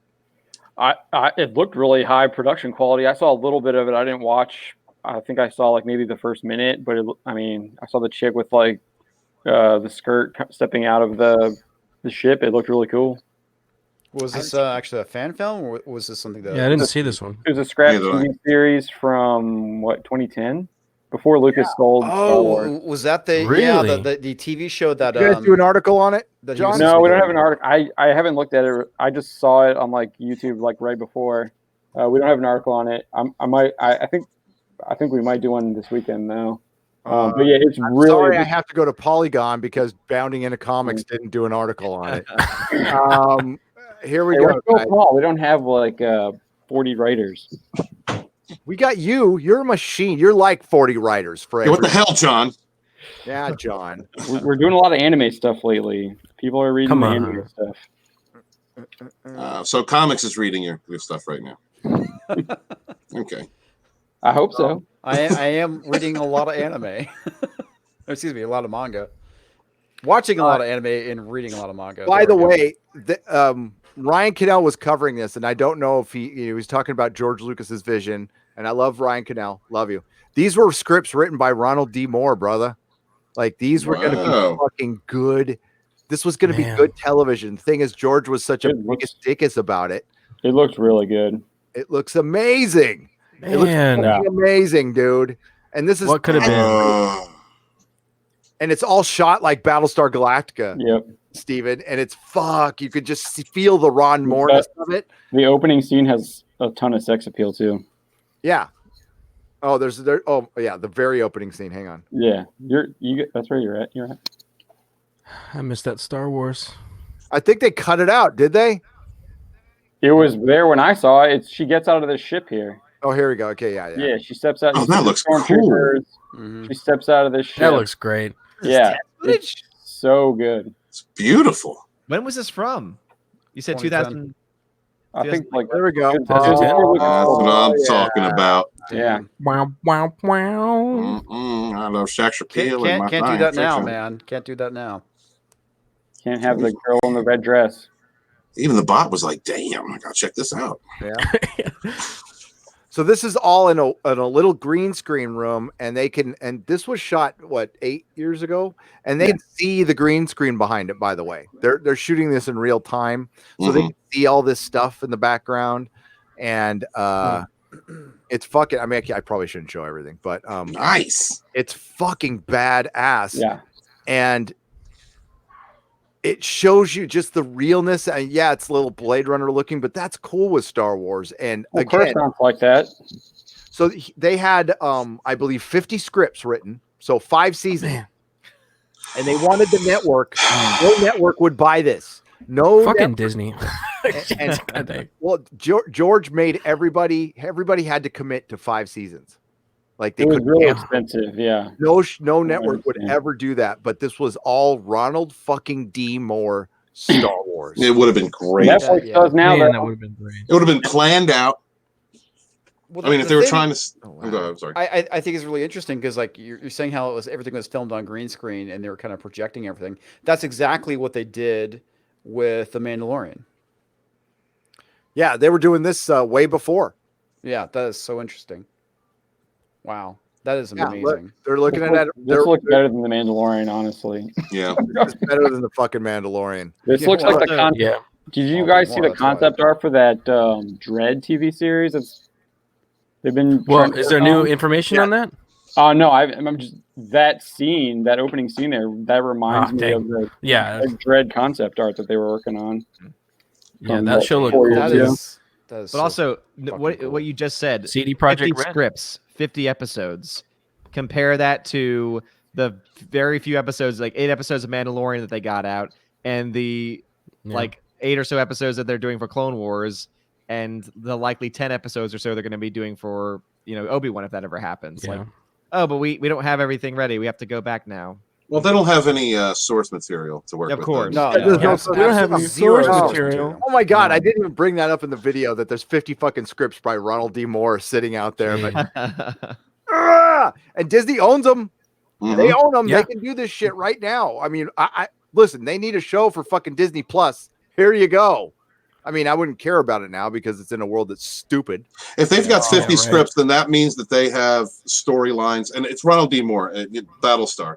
So I get they've definitely got stories that weave through, characters that come and actually have a meaningful impact on the story itself. I would have loved to have seen this. Yep. Mhm.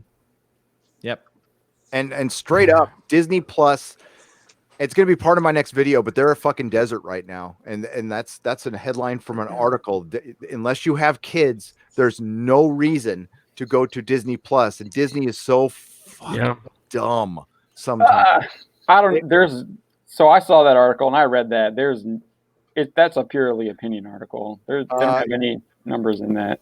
No, of course not. But I don't need their numbers. I've been on Disney Plus, dude, and I don't have little kids, and there's no reason for me to watch it or my kids to watch it. Like, Boy fuck Meets no. World's on there.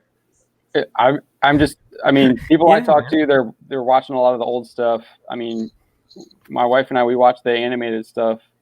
So If it's purely for Disney fans. That's not going to carry a streaming service. You might as well be Yeah. DC Universe. You know how many subs fucking DC Universe has? Like 2 million. Like, that's it. 2 fucking million. and we're two of them, right? Disney supposedly had 10. That's counting their Verizon customers, and that's gone way the fuck down since Mandalorian has left. And unless Disney has to have PG-13 content and rated R content, or their shit's not gonna. It's not gonna fucking win. Yeah. No. Yeah. Yeah, we need. Do you to think move they those might kids. They be won't like? go rated R though. They won't. No, do they it. won't. Do you They're think they might be gearing up to like kind of thinking forward? The theater, like you said this earlier, the theater industry is going to die. And there's not going to be movie. It's not going to be as big of a deal to be at the movies opening day, but if they open their films, say there's a Frozen 3, if they open it on Disney Plus instead of going to the theaters, like, do you think that might be where everything is kind of going, and they're Yeah. just preemptively doing that? Yeah. Yeah, my thought is that you'll have these independent companies like Disney that are large enough to put their own movies out there, because you already have Netflix making their Right. own movies, all these other streaming services. But I honestly think you'll have theater chains too, like even AMC now. You can get on-demand movies from AMC now, and the theater chain. Now, that not live movies, not movies that are currently out, but I think that you might see smaller studios release their movies. AMC says, "Oh, no one's coming to our theater. Let's save a bunch of money and just release it directly online." And I think that's Wow. going to Right. be the future, is that you'll have theater chains that will charge you a certain amount to watch a movie, and then other studios that are larger, like Disney, and have the infrastructure for it, will just take care of it by themselves. That actually makes sense. The one. Yeah, I used to work in the theater industry, and it's gonna die. It's gonna die in the next 5 years. Too much over. The overhead is like. I mean, Yeah, just think it's about the insane. rent here in San Francisco downtown at the Metreon. It's probably Yeah. what, fucking $2 million a month, Yeah. $3 million a month. That's probably low, to be honest with you. Who's going to win the streaming wars is whoever gets actually. I mean, YouTube, if it ever figured it's fucking, if it ever embraced itself, Got its shit together. fucking won. But whatever streaming service decides to run all the live shit, sports, news, whoever gets that is going to be the one that'll probably be able to survive. Yeah. Because that's the stuff that's going to keep eyes on your streaming service. The live content is really the game. That's kind of where YouTube's going. They've got YouTube TV, and they're kind of getting the live TV content. Yeah. They have us. So that's they have us, and they have all of that. Yeah, So that, I mean, they do have a leg up. Yeah. Sometime in the next all 10 news years, services on there. there's going to be a giant lawsuit, and it's going to determine the future of the industry, because someone is going to try to file a lawsuit that they're violating trust. Like some company is violating trust laws. Mhm. And I think that that's going to be like either the one that opens up the gate and the floods just come in and you have these giant companies taking over everything, or the dam will still hold, but for how much longer? Right. Yeah. So you know what, those American Freedom, those little kids out there, they don't know what the hell they're talking about. Unfortunately, it'll all be gone. And yeah, whatever's going on in New York, fuck, I'm glad I don't live in New York. I'm surprised they're not doing it here. But that would require these little shits to get out of their fucking apartments with their 19 roommates and their top ramen. Bad Batch. Before you move on, I had to head out. You gotta, get out of here, man. It's bedtime. I'm sorry, but thanks, guys, for having me on. Thanks. Good night, Odin. Being here. You guys are amazing. I just love this community So much. amazing. So amazing. Take And some Hail Marys. I will. Bye. Love you. Jesus loves you. Take care, Odin. Bye, Odin. Dude. Bye. But he doesn't love you, Odin. Thank God that guy's gone. Fucking A. God, now we can start. Like, is Father Christopher Miller, are you still out there? Can I use the Lord's name in vain yet? Because I really need to. David Harvey for $20. Shout out for Geeks and Gamers and Darth Barbie. All right, everybody wants Darth Barbie. Shard. Let's go. Is there fucking here? If you guys want to watch Darth Barbie, let's get her up here, right? Yeah. She's playing Battlefront. Oh, I think Matthew Madsen made a good comment about the streaming wars, and that Amazon is like well positioned because that's not even their main business. Their main business is shipping you products, selling them. Right. So, yeah. No, I could say this now because it's been so long since I had the conversation. Netflix was seriously thinking about getting into the live content game. So Amazon is shipping products and Disney is shipping characters. All right, so we got Darth Barbie standing there, not doing anything, playing Battlefront. I'm wondering how long it's going to take her to figure out that we're airing her live stream. Since everybody wants a shout out, Doing so your you can listen to us and watch her play the game. Okay, There you go. There you go. It's taking forever to load, Barbie. Come on, Barbie, we're waiting. I mean, honestly, I'd rather watch the grass grow than watch somebody play a video game. But I guess people like this stuff, so They do. We'll be play by play. Sometimes you can get enraptured by it. Sometimes I like watching my wife play video games. It's pretty funny. Well, is she naked? No, Okay, well then, what's the point? What's going on? it's the engaging story of the game. It depends on the game. Sometimes I'm like, well, I'm asking for Comix Division, not myself. I don't want to see. That's. I woke up this morning. I checked out Lethal Lightning. He was playing Mortal Kombat on his channel. He was holding like 30 viewers. It was cool to watch. I was it was probably better than seeing the fatality in Star Trek Picard. Yeah. Yes. Thank you for bringing that back. Gears of War for a while. I need to get back to finishing that off.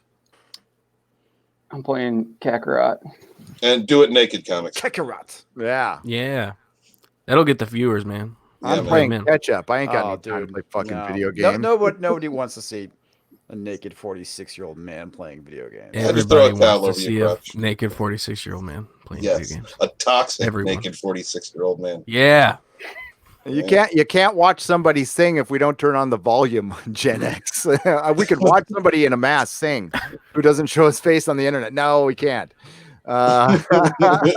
Doesn't anyone pick up the fact that the wokeness of Ewan McGregor is tied to his new girlfriend who he cheated on his wife and his kids, being in the new Birds of Prey movie? So uncivilized, says TLJ Russian bot. Yes, I mean, listen. That is a male in Hollywood. So yes, that's the reason he's being ultra woke, and that's the reason Michael Chabon is writing women the way he does in Star Trek Picard.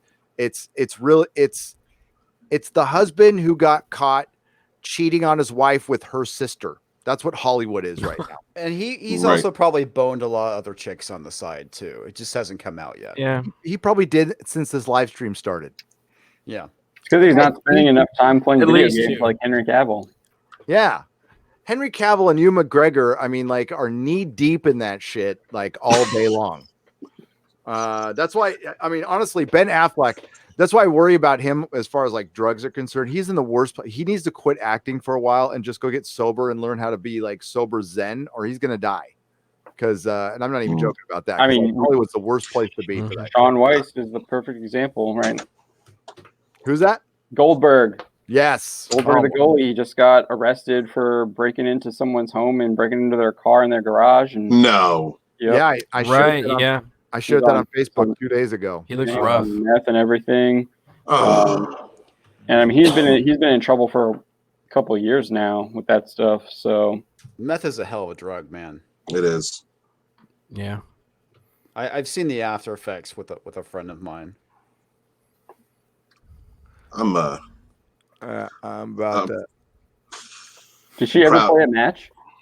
Did What was Darth- that? Okay, apparently Barbie knows now. Yeah, from she just before talks into Christmas. the she just talks into the camera, gets super chat. About that's all. time. Are you gonna do something now? You got to do something. Yeah, Jesus. We've been waiting. You can't just be hot forever. Do something. Yeah. Gotta produce. Got to produce some content. I mean, listen, being hot worked for me for a little while, Barbie. She's waving. But eventually, She waving now? I had to do some content. You know, I mean, we can't all survive on our hotness. I know you and I can really identify with that, Barbie. You know, because like this dad bod, Speak for 50 middle-aged, yourself. gray-haired dude shit really turns people on. CLJ Hey, all Screwjob. you need to do is be a 300-pound man in a mankini. Hey, don't talk about. Oh, thought. Gary. Jeremy's in the back. Jeremy's back. What? What I thought Quick. the game is the game over or something? It's already started, and LeBron's already pissing me off, so I'm back. So, Wow. how's everybody doing? We're checking out your girl. We're watching Darth Barbie From the game. Stream sniping Barbie, I love it. I was wondering, I was like, where did she get all of these likes from? And I was so happy because she's so close to being monetized, or at least getting to that threshold. So I'm really happy because I did see the super chat. Did you get to the super chat where I said give her a shout out or Yeah, whatever? and I'm Yeah. like, Okay. yeah. So I'm like, well, if everybody wants to watch her live stream, let's do it, and we'll talk over the video game. I love that she was sitting there doing what she always does, which all she does is she talks to people in the stream, and so she didn't realize she was supposed to be playing because you were stream sniping her. That's hilarious. I love it so much. Yeah, we were giving She's- her grief. She's the best. She's great. So she's become a really good friend, and I'm loving to have her part of Geeks and Gamers. So She just died. Trounced. she's actually gotten really good at Battlefront. So Is she playing a stormtrooper or is that a Republic trooper? No. It's, she's playing as a clone. oh, Yes. clone. Okay. Mm-hmm. Because that's Felucia, prequel era, baby. So look at her. That was funny, right? She always gets up close to the camera. Her camera moves. So the other day she would like just put her arms up in the air so that the controller, and I kept telling her, I'm like, Krista, you're doing it wrong. That you're a Twitch thought now. You have to point the camera down. She keeps pointing it up. That's how it works. Half the time it's showing her forehead. And Hey, they're my yeah. Like mine's on a new. I don't have it on a tripod. I have it on an arm. So if I hit it, it won't do it now. But it starts going. And I had to reshoot a couple of videos because my camera would have. You had to take a Dramamine to watch my video because it was just. Ooh, I'm like, God damn it! Like keep kicking my desk. Daniel James for Australian $2.99. Need women in the stream. Odin's voice is close. Ouch. We got Darth Barbie out there. Mark C for $10. Gary, I'm traveling to Pittsburgh from Pittsburgh to Baton Rouge Friday. I want to travel. I don't want to travel with your artwork. So I put the P.O. box in the chat. I'll also email it to you, Mark. Sorry, there's been a lot of shit going on, but thank you for the artwork. Mark C's awesome. He's a brilliant artist. Go check him out on Twitter. Okay. Cause he is a fantastic artist. And he made a Cosmic Crater Girl, which I'm very thankful for. Sonic will make more money than Birds of Prey, says Apocrypha, for $1.99.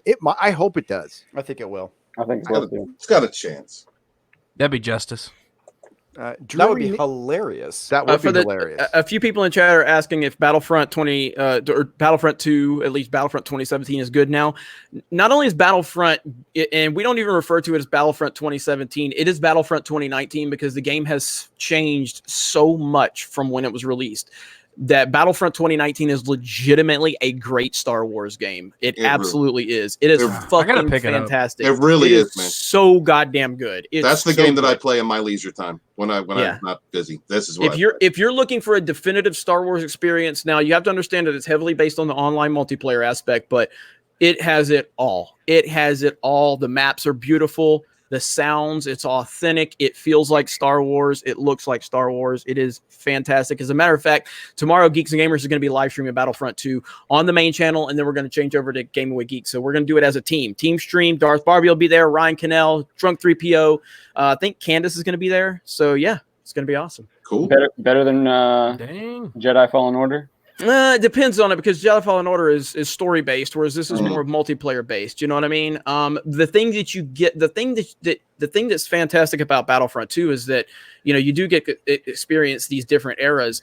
So you can play as the Empire on the Death Star too. You can play on Endor. You get the prequel era content. You can play as Darth Maul. You can play as Vader. You can play as Boba Fett. So it's different to compare the two. Jedi Fallen Order is a great game if you're looking for for a campaign story based game. And if you play as Rey, you can play as Rey Skywalker.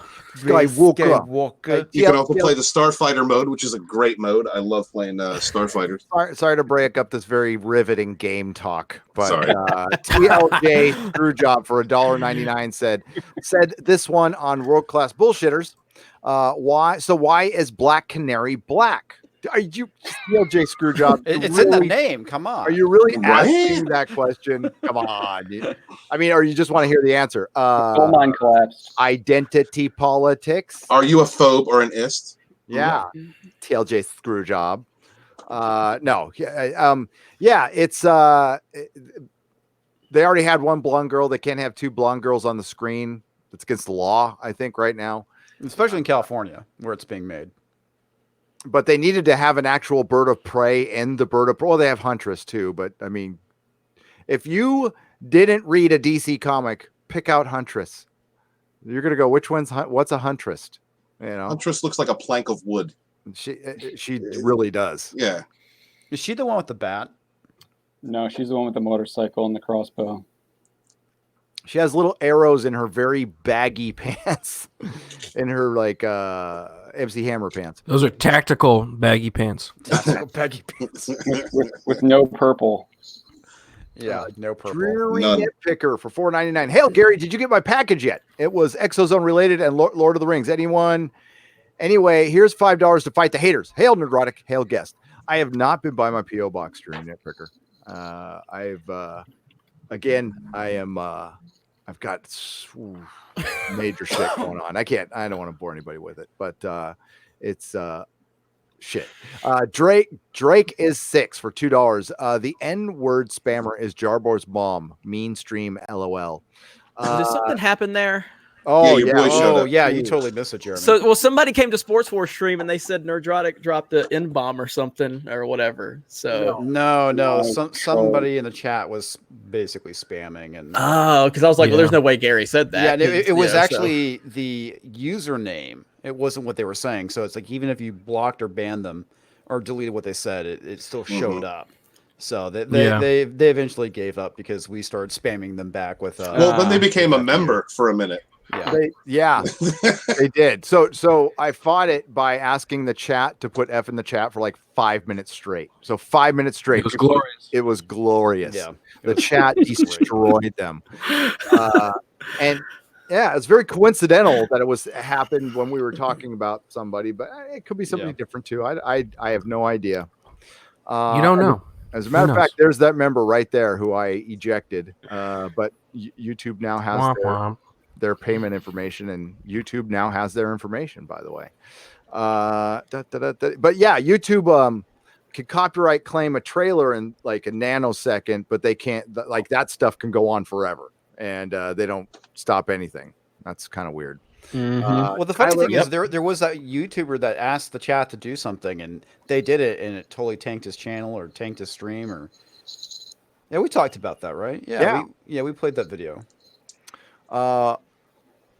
What is this weaponized retardation in the chat? Says Tyler 2FO. It is YouTube, my friend. It is the internet. Thank you for the Canadian $2. That's just you know what? When you criticize a television show, apparently it makes you an enemy of the state. So You've been marked for execution. I have been re-education camps in my future. Darkstar 76 for $5. The POS seriously needs to get lost. What the fuck is wrong with people? Love you, Gary. You're awesome. Thank you, Darkstar 76. I love you too. Morgan King to the Gandalf level. Mark said, got it. Sorry. As an airworm, I've never seen this address. Oh, gotcha. I didn't even know what it looked like until I just saw it now. Gotcha. Maybe people just don't focus in on the PO box at the end of every single one of my videos. They don't stay to the end, Gary. They don't. They As soon don't. as the credits hit, they bounce. Most The likely. analytics show that too. Believe me. Destiny Captain for $9.90. That's why I try not to open with any spiels anymore, because man, that is bad for your vid.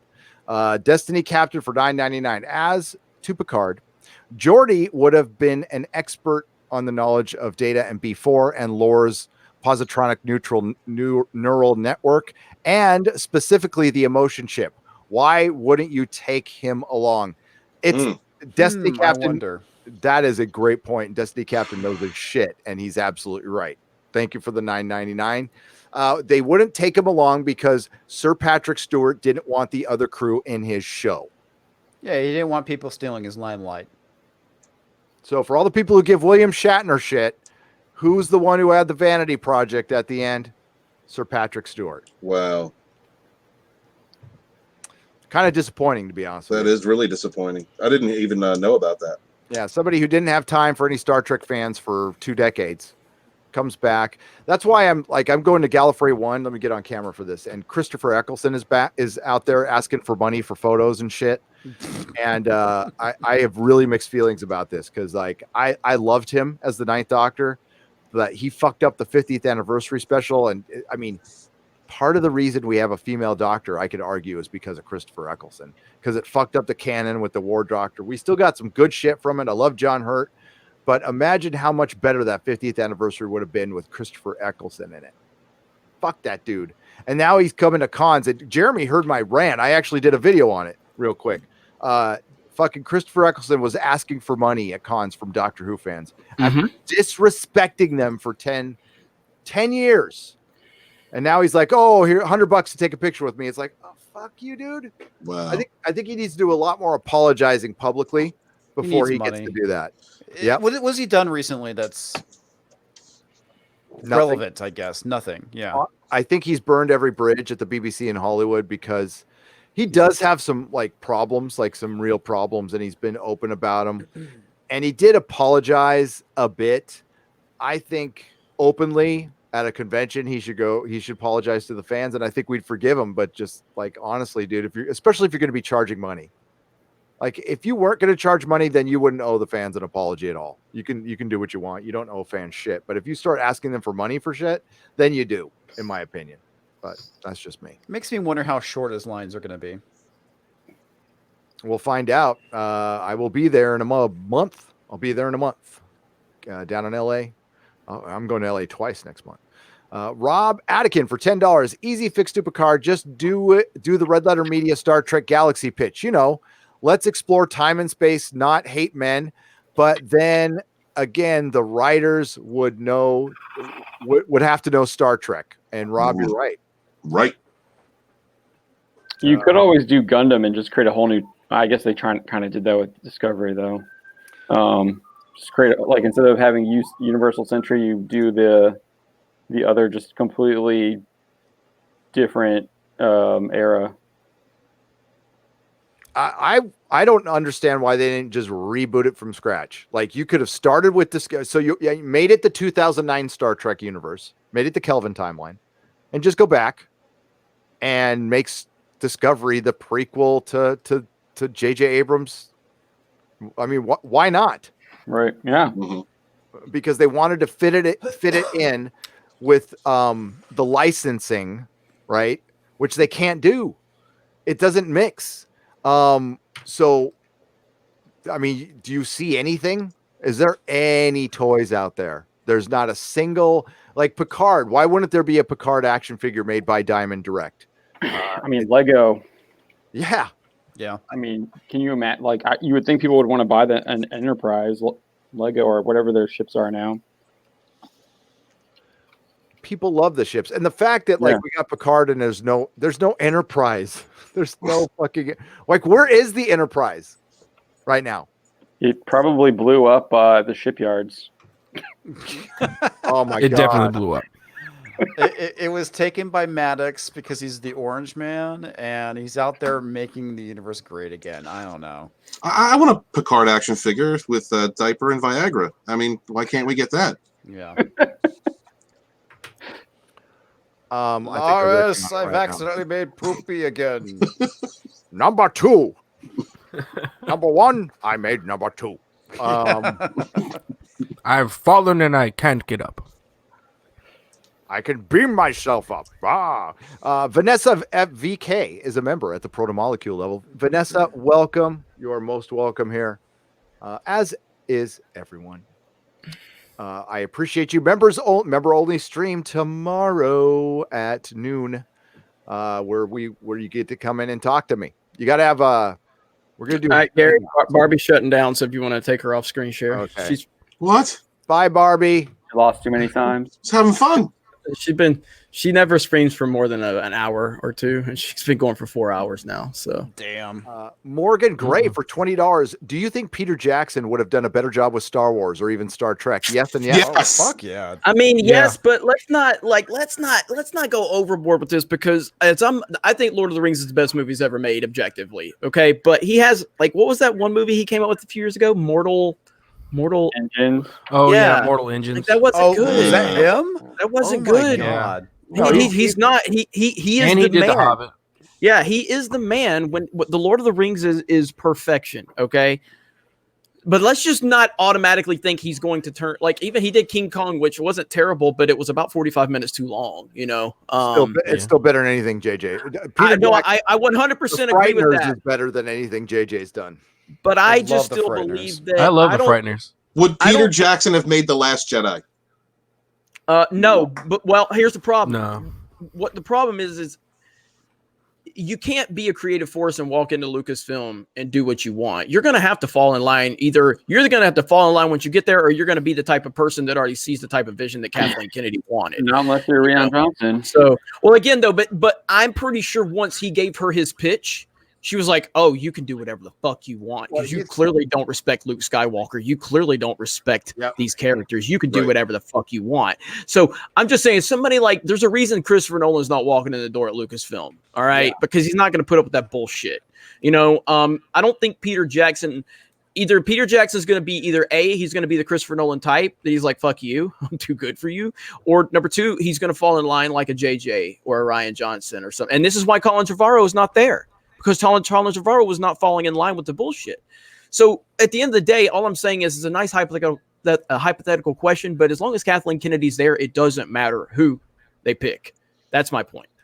True. And that's probably why they had again a very hard time getting talent, and they're not going to get any good talent now. Jon Favreau is there, I believe, at the behest of Iger and Kevin Feige. I think that's why Jon Favreau is there. He's been a good Disney player. He has. He helped build the MCU, and I doubt that was a Kathleen Kennedy decision, to be honest with you. Until I see differently, that's what I choose to believe. I think you're 100% right on that. There's no way Kathleen Kennedy would bring in a white guy to run anything.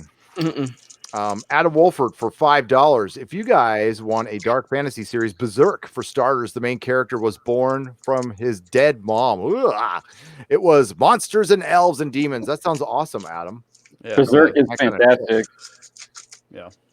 There's I think the 3 movies are on Netflix. Where were they produced? It's an anime. It's anime. Yeah. Yeah, it's here. I got it. You could Dark feel Horse- the interest just Dark Horse- leave Gary. Oh, It's anime. It's really good. Yeah, Never mind. I know people. I am not the biggest fan of anime's animation style. I like some of it, not all of it. This is not what you assume is.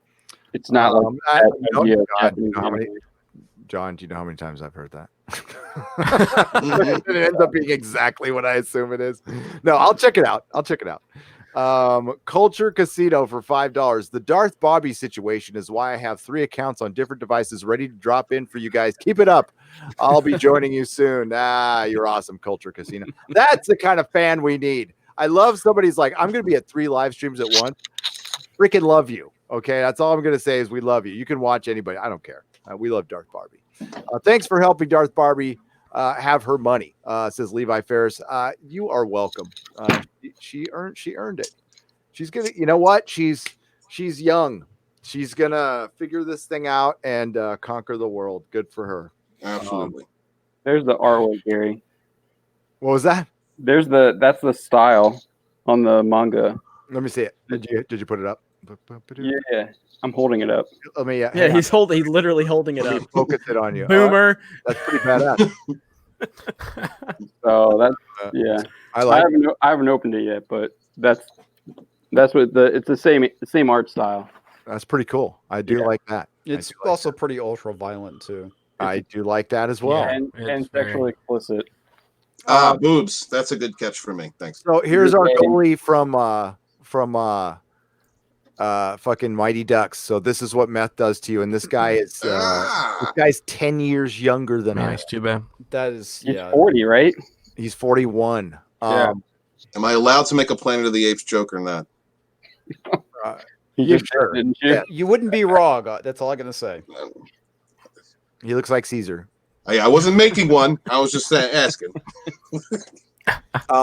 This is what This is what meth does to a 41-year-old. I mean, it's no joke. His life is pure misery and hell. So all you have to do is feel sorry for him, man. Yeah, fucks your teeth up. That's It's terrible. nasty, Yeah. man. It's Why do nasty. people do that to themselves? And the thing is that the high is not even good. It's not. I mean, it's not even a quality high. I couldn't even tell you. I think the first one is, and you keep trying to chase that first one, but it's just super fucking. It's addictive. cheap and it's desperation. Yeah. I mean, there's people out there that have nothing better to do with their lives, and they end up getting hooked on meth. And you could be a very attractive 20-year-old individual, and you will look 40 by the time you're off of it, and you'll be like maybe 25. Mm. It All right. will fuck your Man, that's body up. rough. It's disgusting. So I will check out Berserk this weekend. I will give it a look and see how it is. Yeah, so there's the 3 movies on Netflix. I think they're on Netflix, and then there's a sequel like anime series that's on Crunchyroll. Yeah, I didn't realize it was a movie. So I what- thought I heard what should about the watch series. first? The movies take place before the series. Okay. Cool. Okay. Yeah. So I'd watch the movies first. Right on. Sounds good.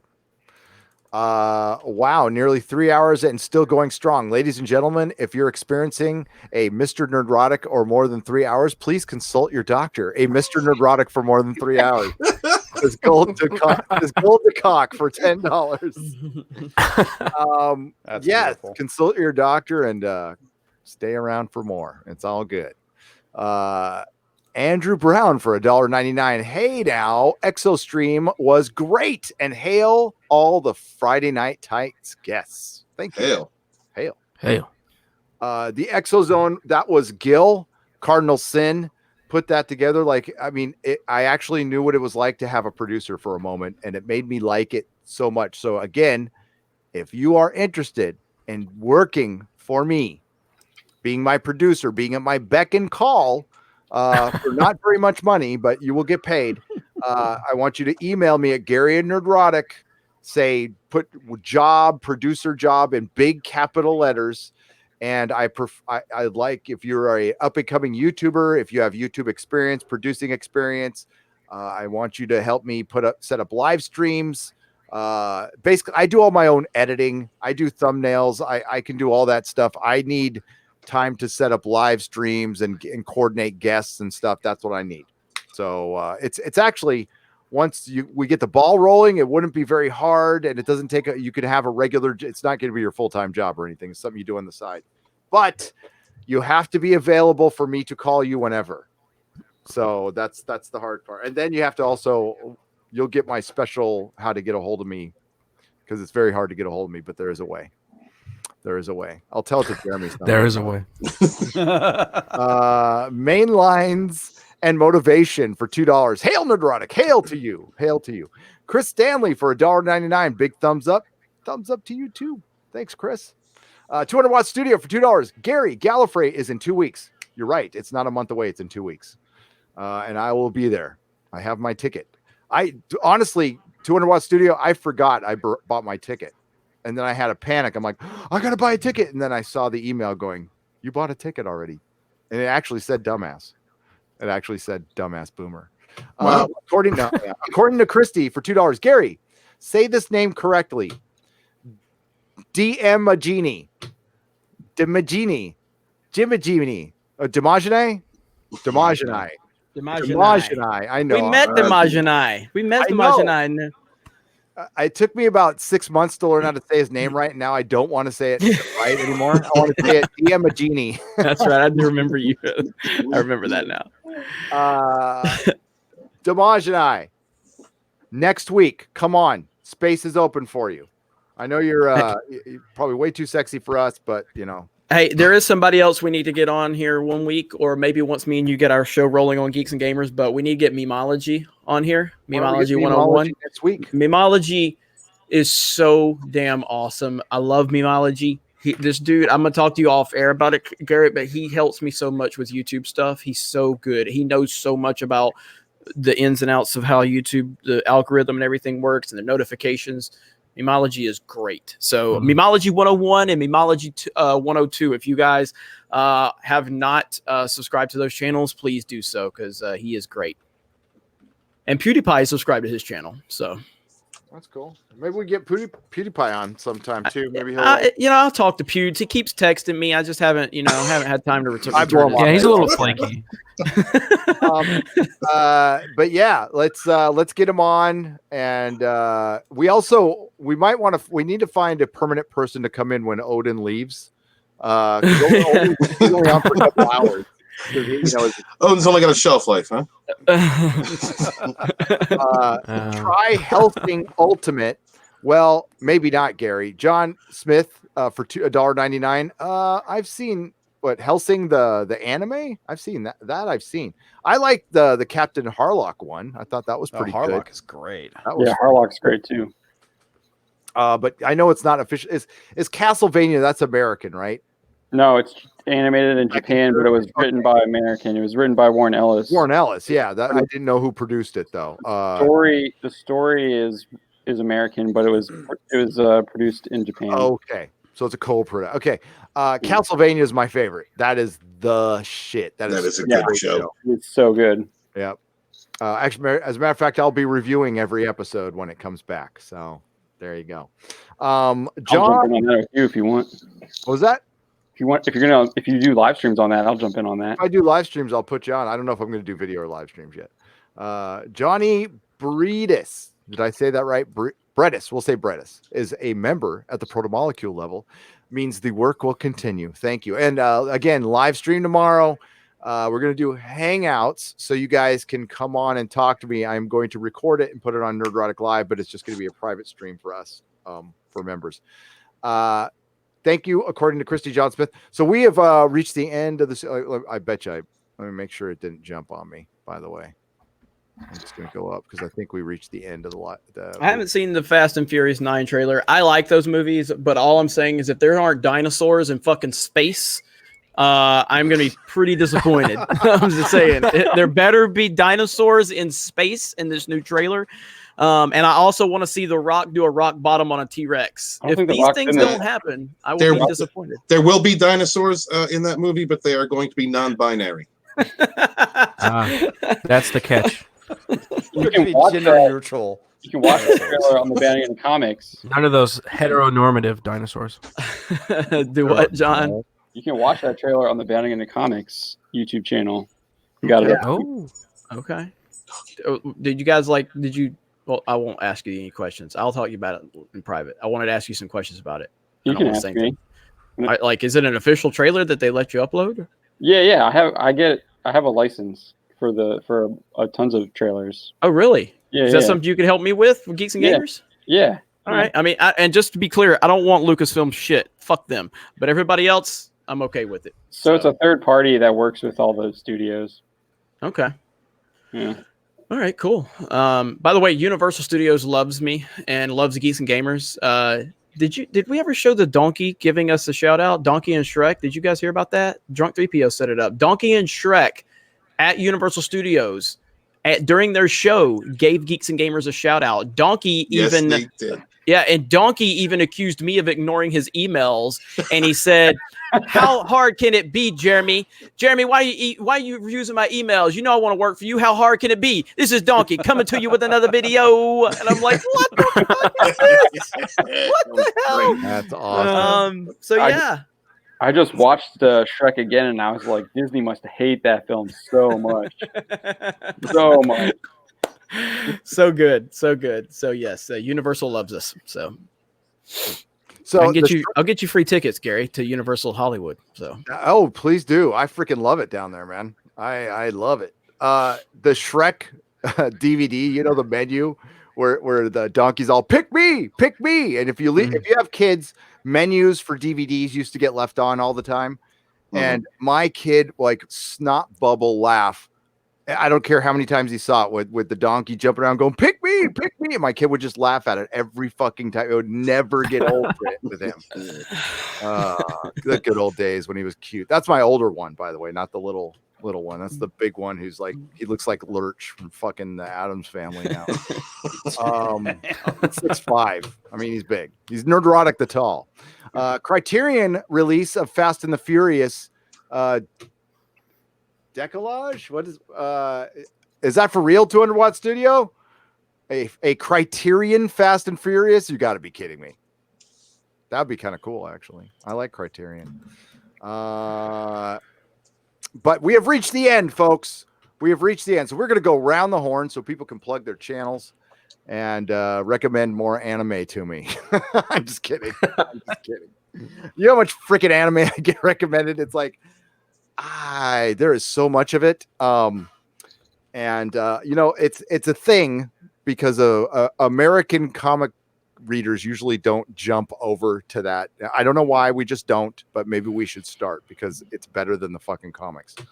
I did. A lot of them have. Yeah. I know that was it. Tug and Yellow Flash have. Yep. Yes. No. No. They're right. Right now, Nerdrotic Jr. is like he is like loving Dragon Ball Z. Just loving the hell out of it. So good for him. John F. Trent, plug your channel. Yeah, so Bounty in the Comics, we're on YouTube as well. I've been putting up videos every single day since pretty much got back from some personal family stuff that happened over Christmas and beginning of January. So we're doing videos every day. It's rumors, scoops, talked about. I'm surprised we didn't talk about it tonight. Linda Hamilton basically rang the death bell on Terminator franchise. That's a good sign. So yeah, that was a fun video to do. And then obviously we update the website every single day. We got a bunch of stuff on there right now. It's a lot of variety. We do anime, we do comics, we do movies, TV, Star Trek, Doctor Who. Cover a lot of videos from Odin to Gary, Geeks and Gamers, Doomcock. We cover a lot of their stuff too. So go over there, sign up for our email on the website, and if you want to, you can sign up for browser notifications as well. We don't usually do that very often, but we do hit that sometimes. But yeah, that's kind of the pitch. Thanks, man. And listen, awesome. Go to Bounding into Comics. They keep it real. It's run basically by a fan, by John, and they don't get pretentious and they don't fill their articles with, it's basically breaking the narrative for once. And that's something we've been asking for the Access Media to do. And they're not Access Media. And the thing is, you also break that narrative, and so does Jeremy, and so do I to some aspect. We speak freely, and we get offered shit all the time. Oh yeah, it's not gonna change my mind on that shit, but we do. I got Geeks and Gamers got press passes for Exaggeration Nation and Drunk 3PO. If we can get those guys into a con with press, we can do any fucking thing. Okay, so anybody has anybody heard back from San Diego on press yet? I haven't. I got an email I need to show you about something, Gary. I'm glad you reminded me. So yeah, I did. I registered Bounding as a press outlet. I think I got it yesterday, so I got to just follow that up and figure out who on our team is going to be going. But yeah, I did get that for press stuff yesterday. Interesting. I haven't checked it. I've been checking. I haven't checked this week. We're not going to get in. We're not going to fucking get in. Be positive, Gary. I'm working on South by Southwest right now. I got by Wednesday to fill all that stuff out. Oh shit, I did that. I did them too.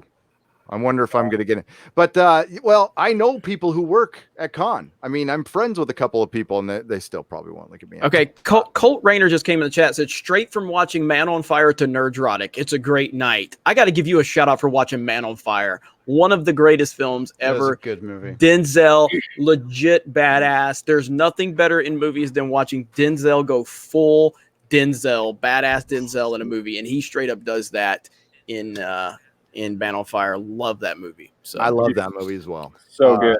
Author Stephen Walton, please plug your channel. Oh, we can see you now. Hi, I'm author Stephen Walton. I cover a lot of pop culture subjects. I also do the author interviews every Monday, and this Monday I'm going to have Lord Callus from the Dark Council on Drunk 3PO's channel. Come check that out. Also do the Fourth Wave on Saturdays with Bear Nerd Fun, Sporky News Podcast, Final Death Star, and Immortal Coil.